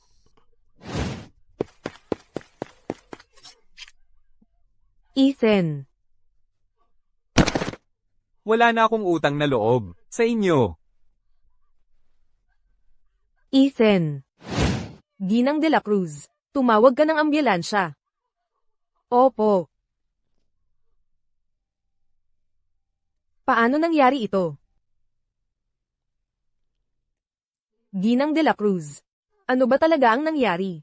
Bakit bigla na lang siniraan ni Ethan ang kanyang sarili? Ayon kay Aiden, itinulak siya ni Ethan sa hagdan. Nasa sala sina Ginoong at Ginang Rhodes. At pinagbuhatan nila ng kamay si Ethan. Sinabi ni Ethan na itatakwil niya ang kanyang pagiging anak sa ama at sa ina at puputulan ang kanyang ugnayan sa pamilya. Talagang napakawalang ingat niya. Ginang Rhodes. Patawarin ninyo ako sa pagsasalita ng walang pasintabi. Ngunit sa tingin ko ngayon, nagkamali sina Ginoong at Ginang Rhodes kay Ethan. Nasa bahay pareho sina Ginoong at Ginang Rhodes. Hindi naman si Ethan tanga. Paano niya mapipiling-piliin ang ganitong oras para apihin si Aiden? Imposible. Mula pagkabata, palaging mabait at matino si Aiden. Paano niya sasadyaing saktan si Ethan? Bukod pa riyan, may nakaraan si Ethan. Ginang Rhodes. Kailangan ninyong tulungan si Ethan ngayon. Ginang de la Cruz. Mas mabuting huwag magsalita ng walang ebidensya. Ginang de la Cruz. Pakiusap, ihatid muna ninyo si Aiden pabalik sa kanyang kwarto sa ospital. Doktor. Ang kapatid ko. Kumusta na siya? Nakakapagtaka. Habang inireresusita ang pasyente, ay ilang beses na huminto ang paghinga. Pagkaraan ng ilang sandali, bumalik ang kanyang paghinga. Doktor, huwag ninyo akong takutin. Ang kapatid ko, ano ba talaga ang kalagayan niya? Sa kabutihang palad, walang nasaktang mahahalagang bahagi ng katawan.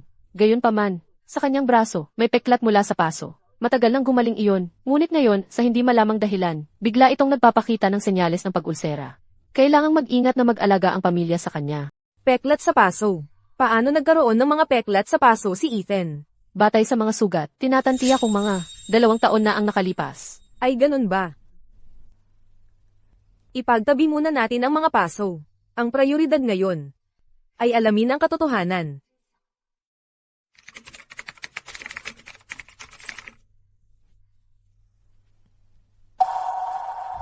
Naniniwala ako sa pagkakataong ito. Hindi makatarungan ang akusasyon ni Ginoong at Ginang Rhodes kay Ethan. Nasa bahay pareho sina Ginoong at Ginang Rhodes. Hindi naman tanga si Ethan. Bakit pa niya pipiliin ngayon na apihin si Aiden? Nanay, inaapi ako ni Ethan. Ethan, bakit mo ginawa ito? Na nagdulot pa ng permanenteng peklat sa'yo. Alang-alang sa pamilyang Rhodes, hindi naman sulit. Ang buhay na ito ay galing nga sa kanila. Kaya ibalik na lang ng tuluyan. Mabuti, pagkatapos nito, ang ugnayan ng pamilya mo sa mga Rhodes ay tuluyan ng naputol. May magandang dulot din naman. Binabati kita kung gayon, malaya ka na. Ang lahat ng iba pa, ako na ang kukuha para sa'yo. Kaya si Aiden pala ang nagplantang kay Ethan.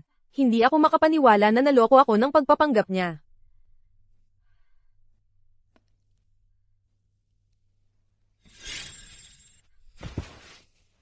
Ethan, Ethan.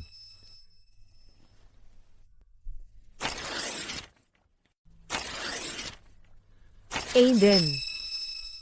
Anong ginagawa mo? Chloe. Bakit ka bumaba? Wala kang ideya, di ba? Noong nakaraang buwan, nagpakabit ako ng mga surveillance camera sa buong bahay. Chloe, ano ang ibig sabihin niyan? Teka, hindi ko maintindihan. Nagpapanggap ka pa rin. Chloe, talagang wala akong ideya kung ano ang pinagsasasabi mo. Teka, Aiden, palagi ka namang mabait. Nagtiwala ako sa'yo. Sa pagtatangka mong ipahamak si Ethan ngayon, isang maling desisyon lang yan. Sabihin mo ang totoo kina nanay at tatay. Humingi ka ng tawad kay Ethan. Okay. Chloe, alam kong ikaw ang pinakamahalaga sa akin. Pakiusap, huwag mong sasabihin kina nanay at tatay. Kapag nalaman nila, siguradong palalayasin nila ako. Kaya karapat-dapat lang kay Ethan na ipahamak ng ganoon. May isang araw ka. Sabihin mo ang totoo kina nanay at tatay. O ako mismo ang pupunta sa kanila at ipapakita ang footage. Chloe, talagang hindi mo ako tutulungan? Hindi ko magagawa yon kay Ethan. Hindi na naman. Aiden, kailangan mo rin itong gawin. Chloe, anong ginagawa mo? Aiden, ayos ka lang ba, Aiden? Nanay, tatay, ang sakit ng mukha ko. Huwag mong sisihin si Chloe. Ang ginawa lang niya ay sinubukan niyang pilitin akong humingi ng tawad kay Ethan. Sinasabi mo ba? Sinuntok kita. Paano mo nagawang saktan ang kapatid mo? Chloe. Simula nang gumawa ng gulo si Ethan, sa salusalo para sa pagtanggap sa kolehiyo, nag-iba ka na talagang tao. Ang pagtutol sa pamilya Jiang ay isang bagay. Pero ngayon, para sa lalaking yon, si Ethan, sinaktan mo talaga ang kapatid mo. Humingi ka ng tawad kay Aiden ngayon din. Gusto mo na humingi ako ng tawad sa kanya. Tatay, huwag mong sisihin si Chloe. Nadala lang siya ng emosyon. Nakikita mo, pinagtatanggol ka pa rin niya. Nagmamagaling kang ate, pero ganito ang ginagawa mo. Humingi ka ng tawad. Ngayon ko lang naunawaan kung anong klaseng buhay ang dinanas ni Ethan sa bahay na ito. Una, mayroong mapanirang pekeng tagapagmana. Pangalawa, isang amang hindi makapagdesisyon ng tama. At isang inang nakikinig lang sa gusto niyang marinig. Tama. At ako, isang kapatid na nanatiling tahimik at walang ginawa. Ikaw. Sinusumbat mo kami, dahil kay Ethan. Si Ethan ay hindi isang walang muwang na bata. Mataas ang kanyang mga marka. At 1,000 beses na mas mahusay kaysa kay Aiden. Kung hindi dahil sa pagkalito ni tatay, sa ospital noon. 1,000 beses sana na mas matagumpay si Ethan. Tama na.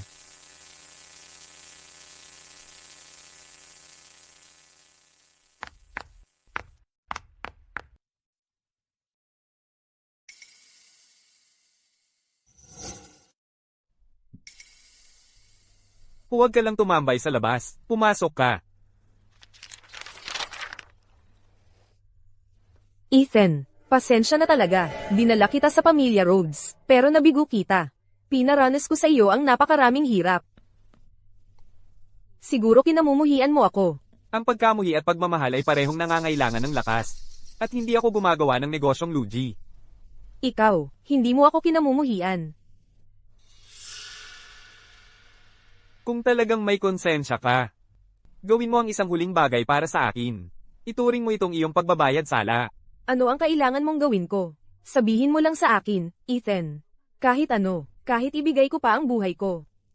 Payag ako. Mamatay ka na lang. Huwag kang mag-alala, hindi mo kailangang mamatay. Kailangan mo lang imbestigahan ang isang lumang insidente. 2 taon na ang nakalipas na magkampang ang pamilyang Rhodes, at nakulong si Ginang Rhodes sa isang sunog. Sino ba ang nagbuhat sa kanya palabas? Hindi ba si Aiden iyon? Sige, imbestigahan mo. Sige. Ako na ang bahala.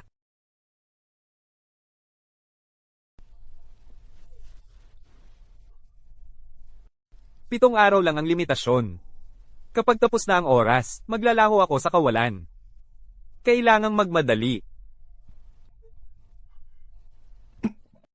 Ano man ang sasabihin mo. Hindi ba pwedeng maayos kang makipag-usap kay Chloe? Tingnan mo, nasaktan mo siya ng husto kaya umalis na siya. Hindi iyon ang dahilan. Pakinggan mo itong anak na babae na walang utang na loob. Naririnig mo ba ang sinasabi niya? Sinasisi niya tayo. Dahil hindi natin minahal si Ethan. Sabi niya, mas pinapaboran ko si Aiden. Hindi naman. Napakagaling ni Aiden. Ano naman ang masama kung konting pabor lang sa kanya? Pero, sa tingin ko, nasaktan talaga natin si Ethan ngayon. Kung hindi talaga siya nasaktan ng husto, hindi niya sasaktan ang sarili niya. Hindi, kailangan kong pumunta sa ospital kaagad. Nanay. Buisit. Ngayon, parehong nasa panig ni Ethan sina nanay at Chloe. Kung mananatili pa si Ethan sa pamilyang ito ng matagal, mawawala na talaga ako ng pwesto. Tatay. Kailangan mo akong tulungan na mag-isip tungkol dito. Kailangan nating alisin si Ethan. Huwag kang mag-alala. Naisip na ito ni tatay. Mula sa lungsod Cabecera. Ang pinuno ng pamilyang Chen ay pupunta sa lungsod Hilaga Kagubatan para sa isang proyekto. Nagkataon na single pa siya. Papakasalan ko si Ethan sa kanyang pamilya. Hindi ba't perpekto yon? Tatay. Napakagandang pagkakataon. Bakit ibibigay kay Ethan? Paano kung magawa ni Ethan na makuha ang pabor ni Ginang Chen? Paano kung maghayganti siya sa atin? Hindi niya gagawin yon. Hanggang ngayon, nahuhumaling pa rin si Ginang Chen. Sa kanyang kasintahan noong bata pa siya, na nawawala na sa loob ng maraming taon. Kaya naman pagkatapos, ang mga lalaking nanggulo sa kanya ay namatay o napinsala. Kung pakakasalan siya ni Ethan, walang ibang pupuntahan kundi ang kamatayan para sa kanya. Ethan, anak, gutom ka na ba? Ako ito, ang nanay mo. Nagluto ako ng masustansya para sa iyo. Ginang Rhodes. Huwag kang lalapit. Ethan, anak. Ano man ang sabihin mo. Ako ang nanay mo. Hindi na yan magbabago. Binigyan mo ako ng buhay pero hindi mo ako inalagaan. Ibinabalik ko na ang ibinigay mo sa akin. Tapos na tayo. Ganoon ba ako kasuklam sa iyo? Ano ang kailangan ko gawin para patawarin mo ako? Hindi kita kinasusuklaman. Ngayon, umalis ka na. Ethan. Hindi ako makakakain kapag nandito ka. Lumabas ka.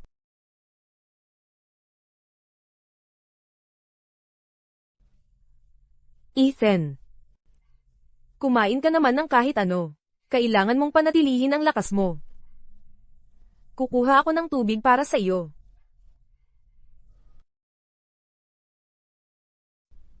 Ayaw hawakan ni Ethan ang kinain ng niluto ko. Pero kakainin niya ang lulutuin ni Ginang de la Cruz.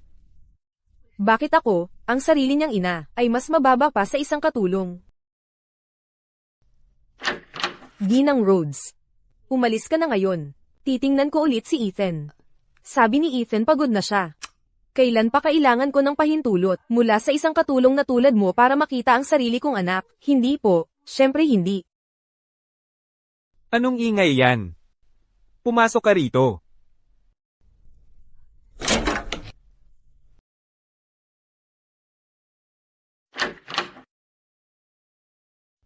Ethan, ito si nanay. Alam ko kung bakit ka nandito. Kung gusto mo ang kapatawaran ko, may isang kondisyon. Pumayag ka rito at patatawarin kita. Sabihin mo lang sa akin. Ano iyon? Kahit ano. Kailangang umalis si Aidan sa pamilya Rhodes. At kailangang putulin ng pamilya ang lahat ng ugnayan sa kanya. Ethan, pakiusap. Matagal na si Aiden sa pamilya natin. Kung ngayon mo siya biglang paalisin, saan siya pupunta? Sige, bagong usapan. Ibigay mo sa akin ang surveillance footage ng pananakit ni Aidan kay Nora. Kung lumabas ang video na iyon, paano siya makakapagpatuloy ng buhay? Ano ang sasabihin ng mga tao tungkol sa pamilyang Rhodes? Hanggang ngayon, ikaw pa rin ang nag-aalala para kay Aidan. Nang ipinagbintangan mo ako sa pananakit kay Nora, bakit wala kang pakialam sa akin? Kalimutan mo na. Hindi ka nagsasabi ng totoo. Umalis ka na. Pakiusap, Ethan. Ethan, magtiwala ka lang muli sa iyong nanay. Basta hindi masaktan si Aiden, gagawin ko ang lahat ng hihilingin mo. Sige. Bibigyan kita ng huling pagkakataon. Sa mga nakaraang taon, si Aidan ay nagasto sa pamilyang Rhodes ng mahigit $100 million, tama ba? Ang hiling ko ay simple. Ilipat mo ang iyong 20% pag-aari sa ang grupo Rhodes sa akin. Ito. Ano? Hindi pa rin yon? Tapos na tayo rito. Hindi. Gagawin ko. Gagawin ko. Hinti ka rito. Hahanap ako ng abogado ngayon din, para gumawa ng kasunduan sa paglilipat. Umuubos na ang oras. Bago bumigay ang katawan kong ito, kailangan kong parusahan ang pamilyang Rhodes. Sa mga shares na ito, magagawa kong mawala ang grupo Rhodes ng tuluyan. Ginang de la Cruz, Ano po? paano kung tumira ka na sa lungsod Cabecera? Saan ka man pumunta, sasamahan kita. Ethan, makakapagpahinga ka na rin sa wakas.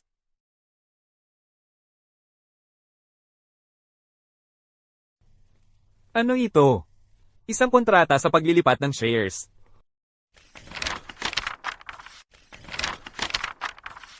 Ibinibigay ni nanay ang kalahati ng kanyang shares kay Ethan ng diretso. Ang kapal ng mukha mo, Ethan. Lahat sa pamilyang Rhodes ay akin. Hindi ka makakakuha ng kahit isang pass-in. Tatay. Ano? Ano ng problema, anak? Inililipat ni nanay ang lahat ng kanyang shares kay Ethan. Paano naman ako? Huwag kang mag-alala, anak. Pupunta ako sa ospital ngayon din. Ethan, kumusta ang pakiramdam mo? 3 araw ka nang hindi dumadalaw. Ngayon bigla ka na lang sumulpot. Ipinapalagay kong ang paglilipat ng shares ay nasikaso na. Ginang Rhodes. Ang kondisyon na binanggit ko, natupad mo na ba ito? Nako, anak. Ethan, sinabi sa iyo ni nanay. Kahit anong kondisyon ang hilingin mo, gagawin ko ang lahat para matupad iyon. Ito na, ang opisyal na kontrata para sa paglilipat ng shares. Pirmahan mo na lang. Kalimutan na natin ang nakaraan. Huwag na nating banggitin pa ang mga lumang usapan. Walang utang na loob na anak. Ang mga shares ng pamilyang Rhodes, wala kang makukuha kahit isa. Victor, ano ang ibig sabihin nito? Ano ang ginagawa ko? Ano ba ang itsura ng ginagawa ko? Kinausap mo ba ako tungkol sa pagbibigay sa kanya ng shares? Nako, huwag naman. 20% lang naman ito ng shares ng Grupo Rhodes. Bukod pa riyan, marami na tayong utang na loob sa kanya. Hindi ba tama lang na ibigay natin ito sa kanya? Parang napakadali para sa'yo. 20% ng shares ang pinag-uusapan natin. Karapat pa ba siya rito? Makinig kayo. Kung kahit katiting ng sentido ni Aiden ang mayroon siya, ibibigay ko na lang sa kanya ang shares. Tingnan mo siya, anong klaseng lalaki ba siya? Lenny. Ang perang pinaghirapan ko, bakit ko pa ibibigay sa kanya? Maliban na lang kung pumaig siya sa isang alyansa sa kasal sa Korporasyon Chen mula sa lungsod Cabecera. Yung malaking proyekto sa baybayin ay maaaring magbigay sa grupo Rhodes ng piraso ng P. Saka ko lang, baka sakali, isipin na bigyan ka ng ilang shares. Kung hindi, wala kang makukuhang kahit sentimo. Huwag mong subukang ituro sa akin ang kamay mo, maliban kung gusto mong mawala ang daliri mo. Sige na, halika na, umalis na tayo. Mag-usap na lang tayo sa labas.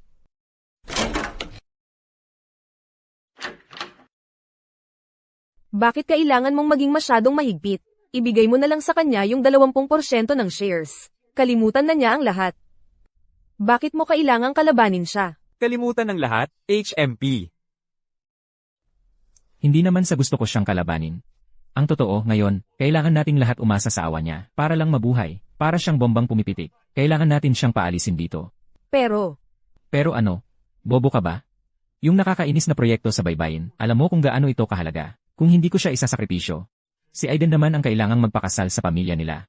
Gusto mo ba yon? hindi, si Ivy lang ang nasa puso ni Aiden. Paano siya makikipag-alyansa sa kasal? Alam ko na. Pagdating kay Aiden, nawawala ang lahat ng prinsipyo ni Helen. Ginang Chen. Ang pamilya Rhodes ay nagmungkahi ng isang alyansa sa kasal. Gusto nilang makipagtulungan sa pamilya Chen, sa proyekto sa baybayin. Alyansa sa kasal. Ako, si Ava Chen, hindi kailangan iyon. Ang tanging lalaking gusto kong pakasalan, ay yung batang lalaki mula sa ampunan, yung kasama kong lumaki, si Ethan. Ethan. Ikaw ba yan? Bilisan mo, alamin mo kung sino siya. Ginoo at ginang, nakauwi na si Ethan mula sa ospital. Tumigil ka dyan. Hindi mo ba nakikita na naghihintay ang lahat sa'yo? At ano ang kinalaman ko doon? Ikaw, Ethan. Dahil nakalabas ka na sa ospital, magpahinga ka na lang sa bahay at magpagaling. napag-usapan na ito ng nanay mo at ako, kapag gumaling ka na, papakasalan ka namin, sa isang pamilya sa lungsod Cabecera, ang mga Chen at mamuhay ng maginhawa. Ano? Tatay. Ano ang sinabi mo? Bakit hindi mo muna ito napag-usapan, sa akin? Hindi. Hindi ako sang-ayon. At hindi rin si sang-ayon si Ethan dito. Paano naman ang kasunduan sa kasal ko? Lene, makukuha mo ang parte mo, Sige, papayag ako. kapag nakuha ko na ang shares. At nakipagtulungan sa Korporasyon Chen. Wawasakin ko ang Rhodes Group. Saka lang makakapagpahinga ng tuluyan si Ethan. Isasama ko si Ginang de la Cruz sa lungsod Cabecera para ayusin ang libing niya. Ethan, sinusubukan mo lang bang tumakas sa pamilya Jayang? Sa pamamagitan ng pagsang-ayon, napakasalan ang bruhang iyon mula sa lungsod Cabecera. Hayaan mong sabihin ko sa iyo, Ethan, ang bruhang iyon ay hindi pa nakakalimot sa unang pag-ibig niya. Kahit pakasalan mo siya, naghihintay ka lang ng kamatayan. Ginang Jiang. Anong karapatan mo para tumutol? Ako,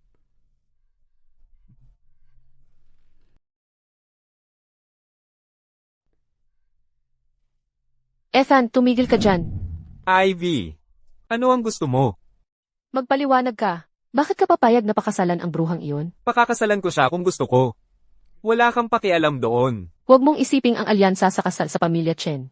Ang magpapalaya sa iyo sa kontrol ng mga Jayang. Hayaan mong sabihin ko sa iyo, pangarap lang iyan. Ivy. Bakit ka nagiging masyadong emosyonal tungkol sa alyansa sa kasal ko? Wala kang nararamdaman para sa akin, di ba? Parang gusto kita. Panaginip mo iyan. Nandito lang ako para sabihin sa iyo na iyong mga tambay na nanapak sa iyo ay hindi namin pinasundo. Ang kalat na gawaing ito ay hindi gawa ng mga Jayang. Kung hindi ang mga Jiang. Di si Aidan na yon. Tatay, nanay, alam nyo namang walang puso't malamig, ang puno ng pamilyang Chen. Bakit nyo pinapapakasal si Ethan? Sa pamilya nila, anak nyo siya sa laman at dugo, kahit na wala kayong pakialam sa kanya. Hindi nyo naman siya pwedeng itapon sa mga lobo. Anong kalokohan ang pinagsasabi mo? Itapon sa mga lobo? Anong ibig sabihin yan? Sa kalagayan niya ngayon, ang pagpapakasal sa pamilyang Chen sa lungsod Cabecera, ang pinakamalaking biyayang maaasahan niya. Hindi pa ganap na gumagaling si Ethan. Kakalabas lang niya sa ospital. Ang pilitin siyang pakasalan yung reyna ng yelo, ay magiging sanhi ng kanyang kamatayan. Sino ang gusto mong makipag-alyansa sa pamilyang Chen? Sinasabi mo bang si Aiden ang dapat magpakasal sa pamilyang Chen? Sige, si Aiden na lang ang papuntahin. Matagal nang nakatikim ng karangyan si Aiden. Panahon na para magbalik siya sa pamilyang Rhodes. Ang kapal ng mukha mo, noon, kung hindi ako hinayla ni Aiden, sa apoy na yon. Wala na sanang nanay ngayon.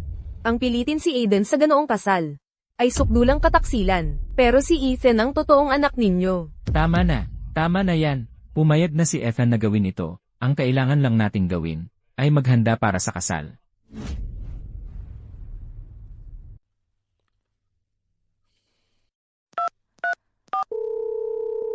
Tungkol sa sunog noon, sino ba talaga ang nagligtas sa nanay ko? Imbestigahan mo ito, at bilisin mo. Gusto kong malaman ang katotohanan sa lalong madaling panahon. Ivy, saan ka galing? Sabi sa akin ng mga katulong, dumaan ka raw. Nag-ikot-ikot lang. Gabi na, kailangan ko nang umalis. Kumain ka muna dito, Ivy. Hindi pwede.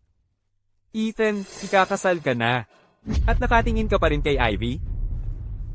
Hinahanap mo talaga ng gulo.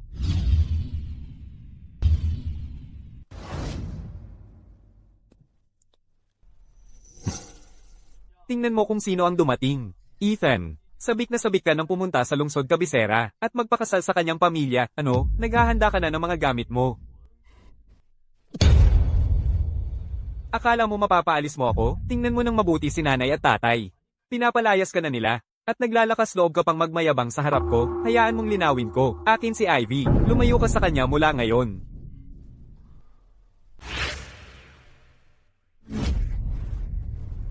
Hindi kita hinahanap. Pero dumating ka ng kusa sa harap ko. Anong gusto mo? Nanay, tatay, nagwawala na naman si Ethan. Sagipin ninyo ako, Aiden. Ilang taon ka nang namuhay ng marangya, isang buhay na hindi naman talaga sayo. Ngayon, oras na, para bayaran mo yun. Kalokohan yan. Ako ang tunay na tagapagmana ng pamilya Rhodes. Huwag mong subukang nakawin ang karapatan ko. Ninakaw mo ang buhay na hindi sa'yo. Paparusan ka ng langit.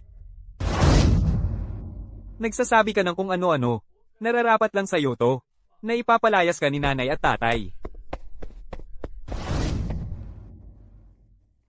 Anong nangyayari dito? Nanay, tatay, minura lang ako ni Ethan. Sabi niya, ninakaw ko ang pagkakakilanlan niya, at parurusahan daw ako ng langit dahil doon. Aiden, ang buhok mo. Anong problema sa buhok ko?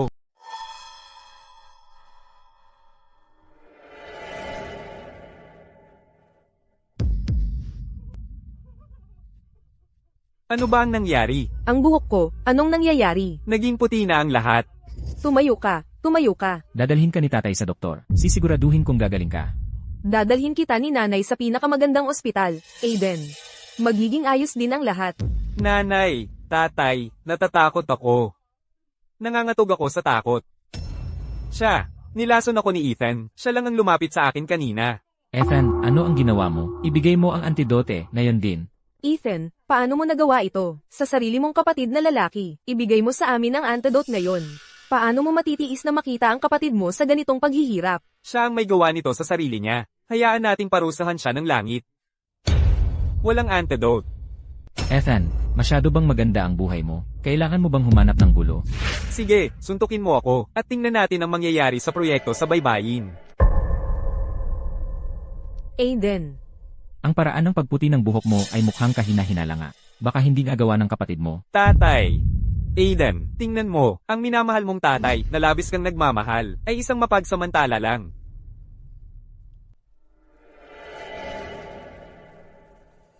Maghintay ka lang, nagsisimula pa lang ang tunay na palabas. Aiden, Sa oras na ito, dapat gising na si Nora. Malalaman din ni Chloe, si Ethan ang nagligtas sa mga tao mula sa sunog. Malalantad ang lahat ng katotohanan. Ethan, malilinis na ang iyong pangalan. Ginang Chen, hindi ba't sinabi ko sa iyo? Maliban kay Ethan, hindi ako magpapakasal sa iba. Tigilan mo na ang pagpapadala ng kung sino-sino sa akin. pero, Ginang Chen, ang lalaking pinapaimbestigahan mo, ay si Ethan pala, ang panganay na anak ng pamilyang Rhodes. Ano ang sinabi mo? Siya, ang panganay na anak ng pamilyang Rhodes. Siya pala talaga, bilis. Gusto ko siyang makita ngayon din. Agad-agad mong pumayag, sa alyansa sa pag-aasawa sa pamilyang Rhodes. Ano man ang hilingin ni Ethan, tulungan mo siya ng lubusan. Opo, Ginang Chen. Assistant Santos, pasok ka. Uminom ka muna ng tsa. Hindi na kailangan. Ang dahilan ng pagpunta ko rito sa pamilyang Rhodes, ay para iparating ang mensahe ni Ginang Chen. Sige, magsalita ka. Nasuri na ni Ginang Chen ang impormasyon ni Ethan. Pakisabihan siyang sumama sa akin pabalik sa pamilyang Chen ngayong araw. Ngayong araw, Ano ang problema? Nag-aatubili ka ba, Ginoong Rhodes? hindi pa man napagkakasundo ang alyansa sa pag-aasawa. Gusto mo nang pumunta roon ang aking anak ng maaga. Kung ayaw mo, Ginoong Rhodes, kanselahin na lang natin ang alyansa sa pag-aasawang ito.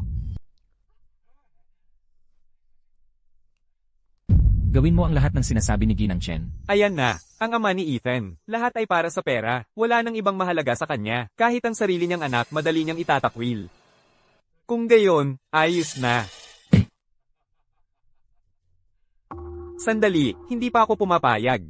Ethan, alam kong ayaw mong umalis. Pero nakita mo na ang mga Chen. Sabik na sabik sila sa kasal na ito. Sino nagsabing ayaw ko? Hindi na ako makapaghintay na umalis. Nakakadiri ang kahit isang segundo pang manatili. Anak, huwag kang magsalita ng galit. Tigilan mo na yan. Ang kasunduan sa kasal na ipinangako mo sa akin. Hindi ka pa nga ikinakasal. Mukhang hindi tapat si Ginoong Rhodes. Assistant Santos. Bumalik ka at sabihin mo kay Ginang Chen. Sabihin mo lang na kuripot si Ginoong Rhodes. Pagdating sa kasunduan sa kasal ng kanyang anak, malamang kuripot din siya sa negosyo. Ano ang sinasabi mo? Paano naman kami ng nanay mo, magiging kuripot sa kasunduan mo? Maliit man ang regalo, malalim naman ang pagmamahal. Wala lang kaming oras para ihanda ang kasunduan mo. Oo, Ethan, mauna ka na, at ang kasunduan ay darating mamaya. Hindi na kailangang mag-abala, ni na Ginoong at Ginang Rhodes.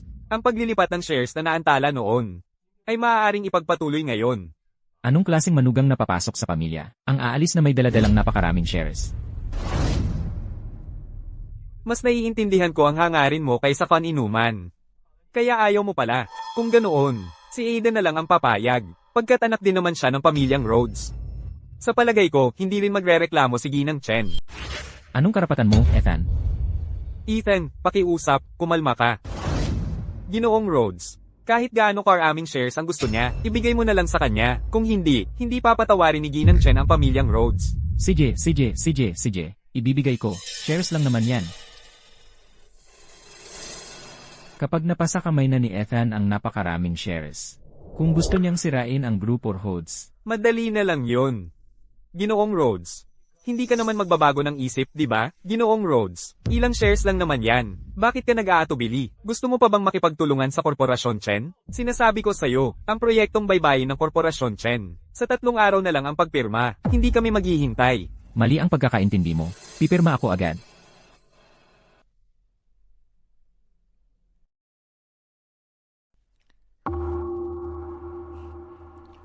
Tandaan mo ito, dapat tiyakin mong magtutulungan ang mga Chen at ang ating group or Rhodes. Ang interest ng group or Rhodes ay interest mo rin. Naiintindihan ko. Tara na. Ethan. Pagdating mo sa mga Chen, tawagan mo ako. Kung hindi ka masaya, sasanduan kita. Ginang Rhodes, tigilan mo yang pagpapanggap. Kung wala ang pahintulot mo. Paano naayos ni Ginoong Rhodes ang isang alyansa sa kasal sa mga Chen? Tara na, Assistant Santos, dalhin mo ako para makipagkita kay Ginang Chen. Sabihin mo sa kanya na may negosyo akong gustong pag-usapan sa mga Chen. Ethan. Assistant Santos, hintayin mo ako sa kotse. Kailangan kong kausapin si Ginang de la Cruz. Siyempre, Ethan, hintayin kita sa kotse. Ginang de la Cruz, kailangan ko nang umalis. Ethan. Magparamdam ka. Ginang de la Cruz, umalis ka na sa estate ng mga Rhodes. Ethan. Ikaw naman. Itong card na ito ay para sa bahagi mo ng dividends ng Rhodes Group. Sapat para makabili ng bahay sa lungsod Cabecera. Hindi. Ethan. Sumama ka na sa akin. Ginang de la Cruz, makinig ka sa akin. Pumunta ka muna sa lungsod Cabecera, humanap ka ng matitirhan. Hintayin mo ako. Ako na ang bahala sa lahat sa pamilya Rhodes. Tapos, sasama ako sa'yo. Sige, Ethan.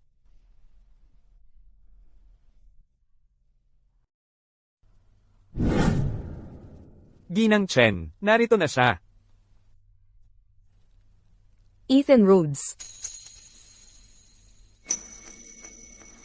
Ikaw, ay hindi siya. Ano ang pinagsasabi mo? Sino ba ang dapat kong maging? Ethan, nakikita mo, kahawig na kahawig ka, ng batang lumaki sa ampunan kasama si Ginang Chen. Talagang kamukhang kamukha. Ethan Rhodes ang pangalan niya. Hindi ko inakala na may makakaalala pa kay Ethan Rhodes. Tama, hindi ako siya. Pero ako nga. Anong sinabi mo? Sinabi mo. Patay na si Ethan. Tama. Pinatay si Ethan ng pamilya Rhodes. Ako na ang gumaganap sa kanyang pagkatao. Para maghayganti sa pamilya Rhodes para sa kanya. Ang pamilya Rhodes. Gagawin ko silang magbayad sa kanilang ginawa. Ito ang aking share sa ang grupo Rhodes. Ipinagkakatiwala ko ang lahat sa iyo, sa kakayahan mo, Ginang Chen. Tiyak na hindi malalaman ng pamilya Rhodes kung ano ang tumama sa kanila.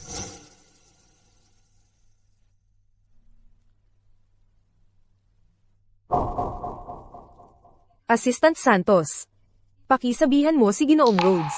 Handa akong makipagtulungan sa kanya. Sabihin mong maghanda siya ng naaayon. At saka, ng palihim, tahimik na bilhin ang kanilang mga loose shares. Huwag mong hayaang malaman nila. Nauunawaan ko. Ang pamilya Rhodes. Tapos na ang inyong mga araw ng maginhawang buhay. Assistant Santos. Salamat sa pagtawag. Mayroon bang mga tagubilin si Ginang Chen? Ipinagbilin sa akin ni Ginang Chen. Para sa seremonya ng paglagda ng kontrata sa loob ng 3 araw. Siya mismo ang dadalo. Nais niyang maghanda kang mabuti. Magaling. Bilang pasasalamat kay Ginang Chen sa oportunidad na ito, ngayong gabi, nag-ayos ako ng isang salusalo sa ang Hotel Zenith. Bilang parangal sa kanya, dapat dumalo si Ginang Chen. Siyempre naman. Ipaparating ko yan kay Ginang Chen. Mabuti. Isang seremonya lang ng paglagda ng kontrata. Bakit naman? Si Ginang Chen mismo ang dadalo. Ang babaeng tulad mo, ano ba ang alam mo?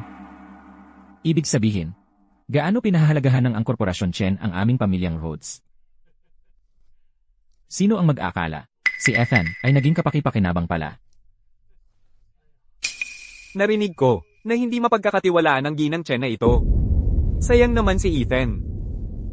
Kung magagamit siya ng pamilya natin, sapat na yon bilang karangalan para sa kanya. Mula ngayon, ang estado ng aming pamilyang Rhodes ay aabot sa bagong taas. Hindi ka pa rin magpapagamot? Ang katawan ko, hindi na kaya. Makita lang na bumagsak ang pamilya Rhodes. Sapat na yun para sa akin. Ngayon ko lang nalaman. Ang nag-utos sa mga tambay na yun, nasaktan si Ethan. Si Aiden. Alam ko na talaga na siya yon. Paano mo siya gustong pagbayarin? Huwag kang magmadali. Hayaan mo muna siyang magyabang. Hintayin natin mamayang gabi. Wala siyang maiiwang kahit ano. Nora, alam mo, yung hipag na lagi mong sinasabi, mag-aasawa na siya ng iba. Sinabihan ko naman siya, pero hindi niya ako pinakinggan. Sa tingin mo, kung hindi kanya sinaktan noon, hindi siya mapipilitang magpakasal sa pamilya Chen. Ako sana ang pakakasalan niya. Sa ngayon, isang malaking pamilya na sana tayo. Siya ang nanakit sa'yo. Pero nang malaman kong ikakasal na siya, nasasaktan pa rin ang puso ko. Pasensya ka na, Nora. Pasensya ka na talaga. Hindi. Nora, Doctor. 8? Hindi siya iyon. Nagising ka na rin. Hindi siya iyon. Ano? Anong ibig mong sabihin, hindi siya yon? Si Aiden iyon. Si Aiden ang nagtulak sa akin. Ano? Si Aiden pala. Aiden, ikaw pala ang kumakalat ng mga chismis na anak sa labas daw si Ethan at pinagkakaisahan siya. Paano mo nagawa? Sasabihin ko sa ate ko para makita niya kung sino ka talaga. Nora, nakikiusap ako. Huwag mo siyang sabihan. Impossible. Talagang sasabihin ko. Hindi ka karapat-dapat pakasalan ang ate ko. Si Ethan lang ang karapat-dapat. Wala kang ipinagkaloob sa akin kundi ang pagpipiliang ito.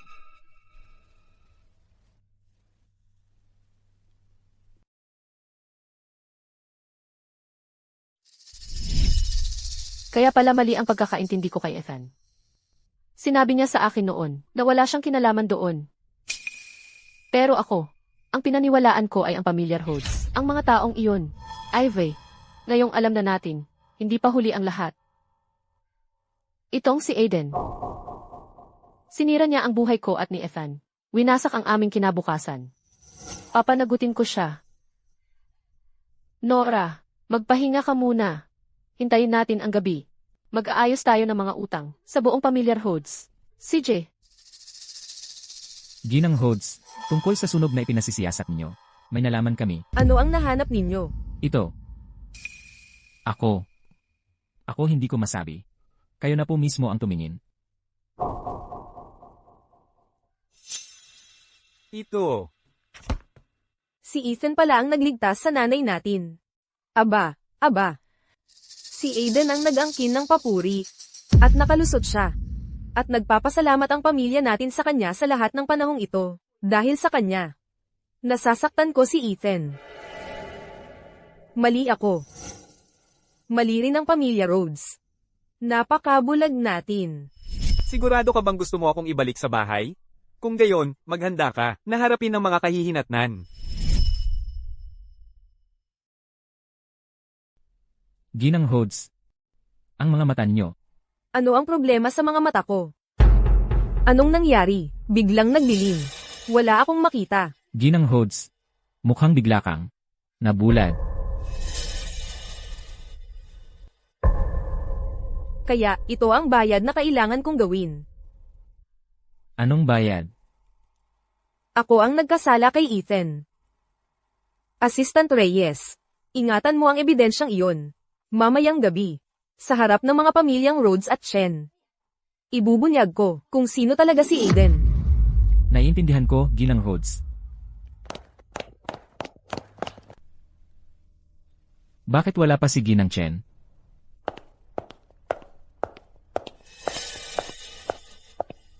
Ginang Chen. Narito ka na rin. Maupo ka.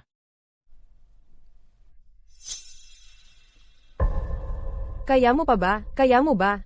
Hindi mo naman kailangang pumunta ngayon. Okay lang ako. Kailangan kong makita ang pagbagsak ng pamilyang Rhodes sa aking sariling mga mata. Anong meron sa ugali mo? Kaya nakakapit ka na sa pamilyang Chen. At hindi mo pa naisecure ang isang alyansa sa kasal kay Ginang Chen. Nagmamalaki ka na, HMPH. Sige, tama na yan. Ginang Chen. Hindi ba natin dapat pag-usapan ng partnership? Pirmahan na natin ito. Pirmahan na natin. Ginoong Rhodes. Ano ang sinasabi mo? Hindi ko maintindihan. Kailan ako pumayag na makipagkontrata sa iyo? Ginang Chen. Tungkol lang sa napag-usapan natin ilang araw na ang nakalipas. Hoy! Nagbago na ba ang isip mo? Ano naman? Nagbago na ang isip ko. Sabihin mo, ano ang gagawin mo tungkol dito? Ginang Chen. Hindi na ba mabate si Ginoong Rhodes? Ingat ka at baka maatik siya sa puso. Anak na walang utang na loob. Ikaw ba ang may gawa nito? Ano kung ako nga? O ano kung hindi? Basta malaman mo ito. Tapos na ang pamilyang Rhodes. Anak na walang utang na loob. Ginoong Rhodes. Hayaan mong bigyan kita ng payo. Ipakita mo ang respeto sa asawa ko. At saka, at ikaw, ang ampon. Na umarkila ng mga tambay para atakihin ang asawa ko. Pagbabawian natin ito. Tatay. Huwag kang makinig sa kalokohan niya. Ayaw lang niyang makipagtulungan sa Rhodes Group natin. HMPH. Ava. Huwag mong isiping ang korporasyon Chen mo ay makakagawa ng gusto nito sa lungsod Hilaga Kabubatan. Ang Rhodes Group namin. Ang malaking isda sa Ilog Bayan. Dagdag pa. Ang ugnayan namin sa pamilyang Jiang ay hindi mapuputol kung magtutulungan ang ating mga pamilya para i-boycott ang korporasyon Chen mo. At sa tingin mo makakaligtas ka pa sa lungsod Hilaga Kabubatan. Nangangarap ka lang. HMPH. Magpatuloy kang mangarap, dahil ang pamilya mo ang tapos na. Ivy. Mula ngayon, ang aming pamilyang Jiang at ang inyong pamilyang Rhodes ay puputulin ang lahat ng ugnayan. Hindi, Ivy. Ano ang sinasabi mo? Hindi mo pa rin ba maintindihan? Mula ngayon, ang pamilyang Jiang at ang inyong pamilyang Rhodes hindi na magtutulungan. Sa halip, makikipag-alyansa ako sa pamilyang Chen para ibagsak ang pamilyang Rhodes. Ivy, ano ang sinasabi mo?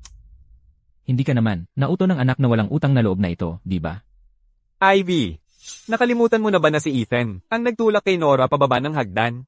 Si Nora ay nagdurusa pa rin dahil sa kanya.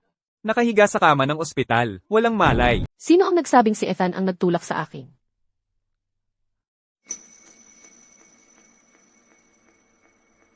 Nora, gising ka na? Lahat ng krimeng nagtatago sa dilim ay lalantad din. Ano?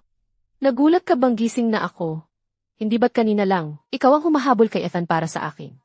Bakit ka tumigil? May konsensya ka na? Oh, natatakot ka na, malalaman ng lahat, na ikaw ang nagtulak sa akin sa hagdan? Aiden. Hindi si Ethan. Hindi ako yun. Ang kapal ng mukha mong magsinungaling sa akin. Tumawag na ako ng pulis. Maghanda kang mabulok sa kulungan. Ethan. Pakiusap. Nakikiusap ako. Patawarin mo na ang kapatid mo. Napakabata pa niya para doon. Hindi siya pwedeng makulong. Kapag nakulong siya, tapos na ang buhay niya. Dahil sa pagligtas niya, sa buhay ko. Pumunta ka na kay Nora, at humingi ng tawad. Siya ang nagligtas sa'yo? Sa harap ng ganoong, manlulokong puno ng kasinungalingan. Naniniwala ka pa rin siya ang nagligtas sa'yo? Ano ang ibig mong sabihin? Aiden, ikaw ang nagligtas kay nanay. Hindi ba? Nanay. Siyempre ako yun. Huwag kang magpaloko kay Ethan. Naiinggit lang siya sa tagumpay ko, kaya ayaw niyang humingi ng tawad kay Nora. Tinatanggi mo pa rin?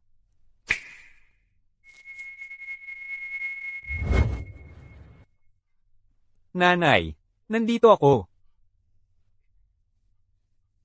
Nanay, ayos lang. Ilalabas na kita dito ngayon din. Diyos ko, naalala ko na. Bumabalik na lahat sa alaala ko. Hindi si Aiden ang nagligtas sa akin. Nanay, mali ang pagkakaintindi mo. Ako ang nagligtas sa'yo. Nanay, pakiusap. Huwag kang makinig kay Aiden.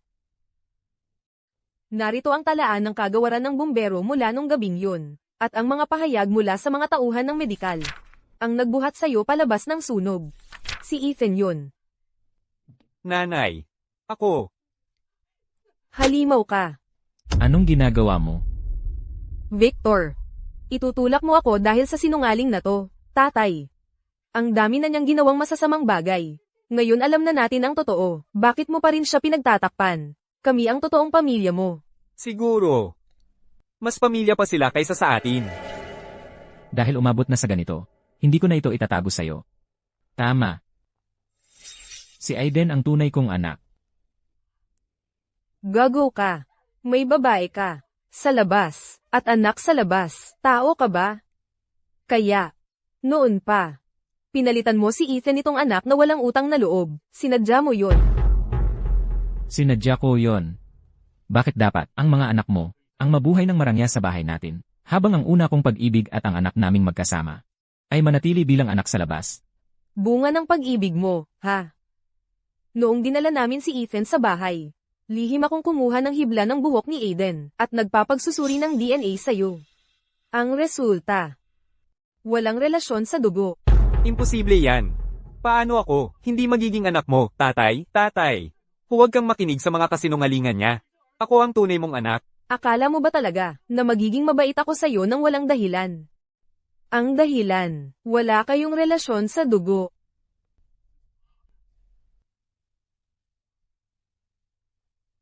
Ay, ang kulit-kulit mo, ako.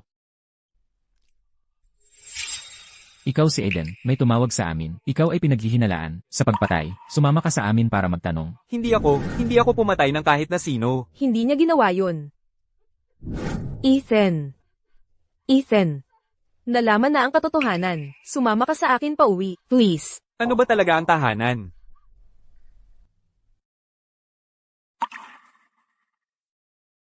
Ikaw, hindi ikaw si Ethan. Congratulations! Nagkamulat ka rin, ano? Tama. Ang tunay na si Ethan, habang naghahanda kayo ng salo-salo para kay Aiden, sa pagtanggap niya sa kolehiyo, ay inilibing ng buhay niya. Bago siya namatay, umaasa pa rin siyang ililigtas siya ng pamilya niya, pero hanggang sa huling hininga niya, wala kahit isa sa inyo ang nandoon. Ethan. Nasaan siya? Sabihin mo lang sa akin, please. Nagmamakaawa ako sa'yo. Basta sabihin mo lang sa akin. Gagawin ko ang lahat, kahit ano. Kung magmamakaawa ka, dapat tama ang ugali mo.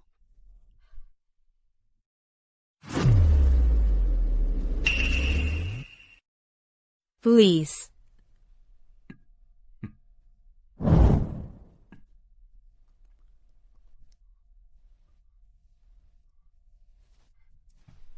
Chloe.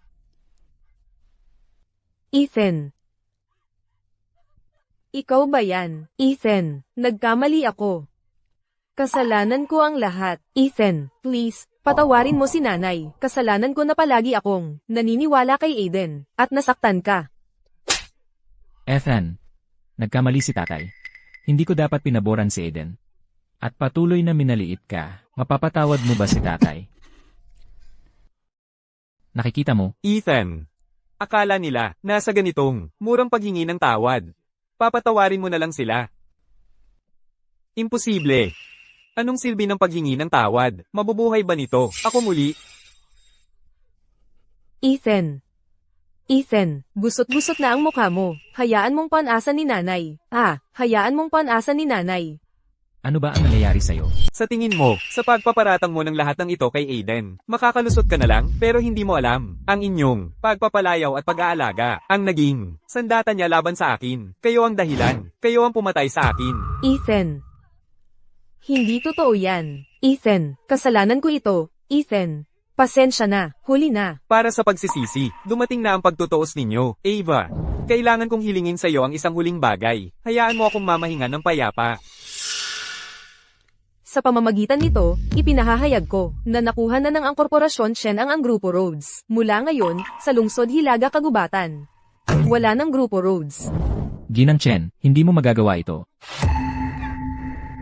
Salamat. sa pagtupad sa hiling ko.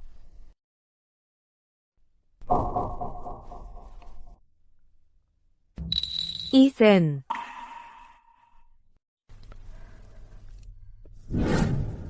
Ethan, pasensya na. Nahuli ako. Ethan, ito ang mga cookies na paborito mo, noong bata ka pa. Napakabata mo pa lang. Paano niya nagawa sa'yo ito, Aiden? Narinig ko, na sentence to death si Aiden, para sa lalaking yun. Kahit 100 beses pa siyang bitiin, hindi pa rin sapat. Ginang Chen, ang mga pamilya Rhodes at Jiang Ai, nasa labas, humihiling na makapagbigay galang, kay Ethan. Paalisin mo sila. Huwag mong hayaang dungisan nila, ang daan patungo sa kabilang buhay ni Ethan. Nauunawaan. Ethan, sa iyong susunod na buhay. Sana'y matagpuan mo ang kapayapaan, at kaligayahan. Nariyan ka ba? Salamat sa lahat ng ginawa mo para kay Ethan.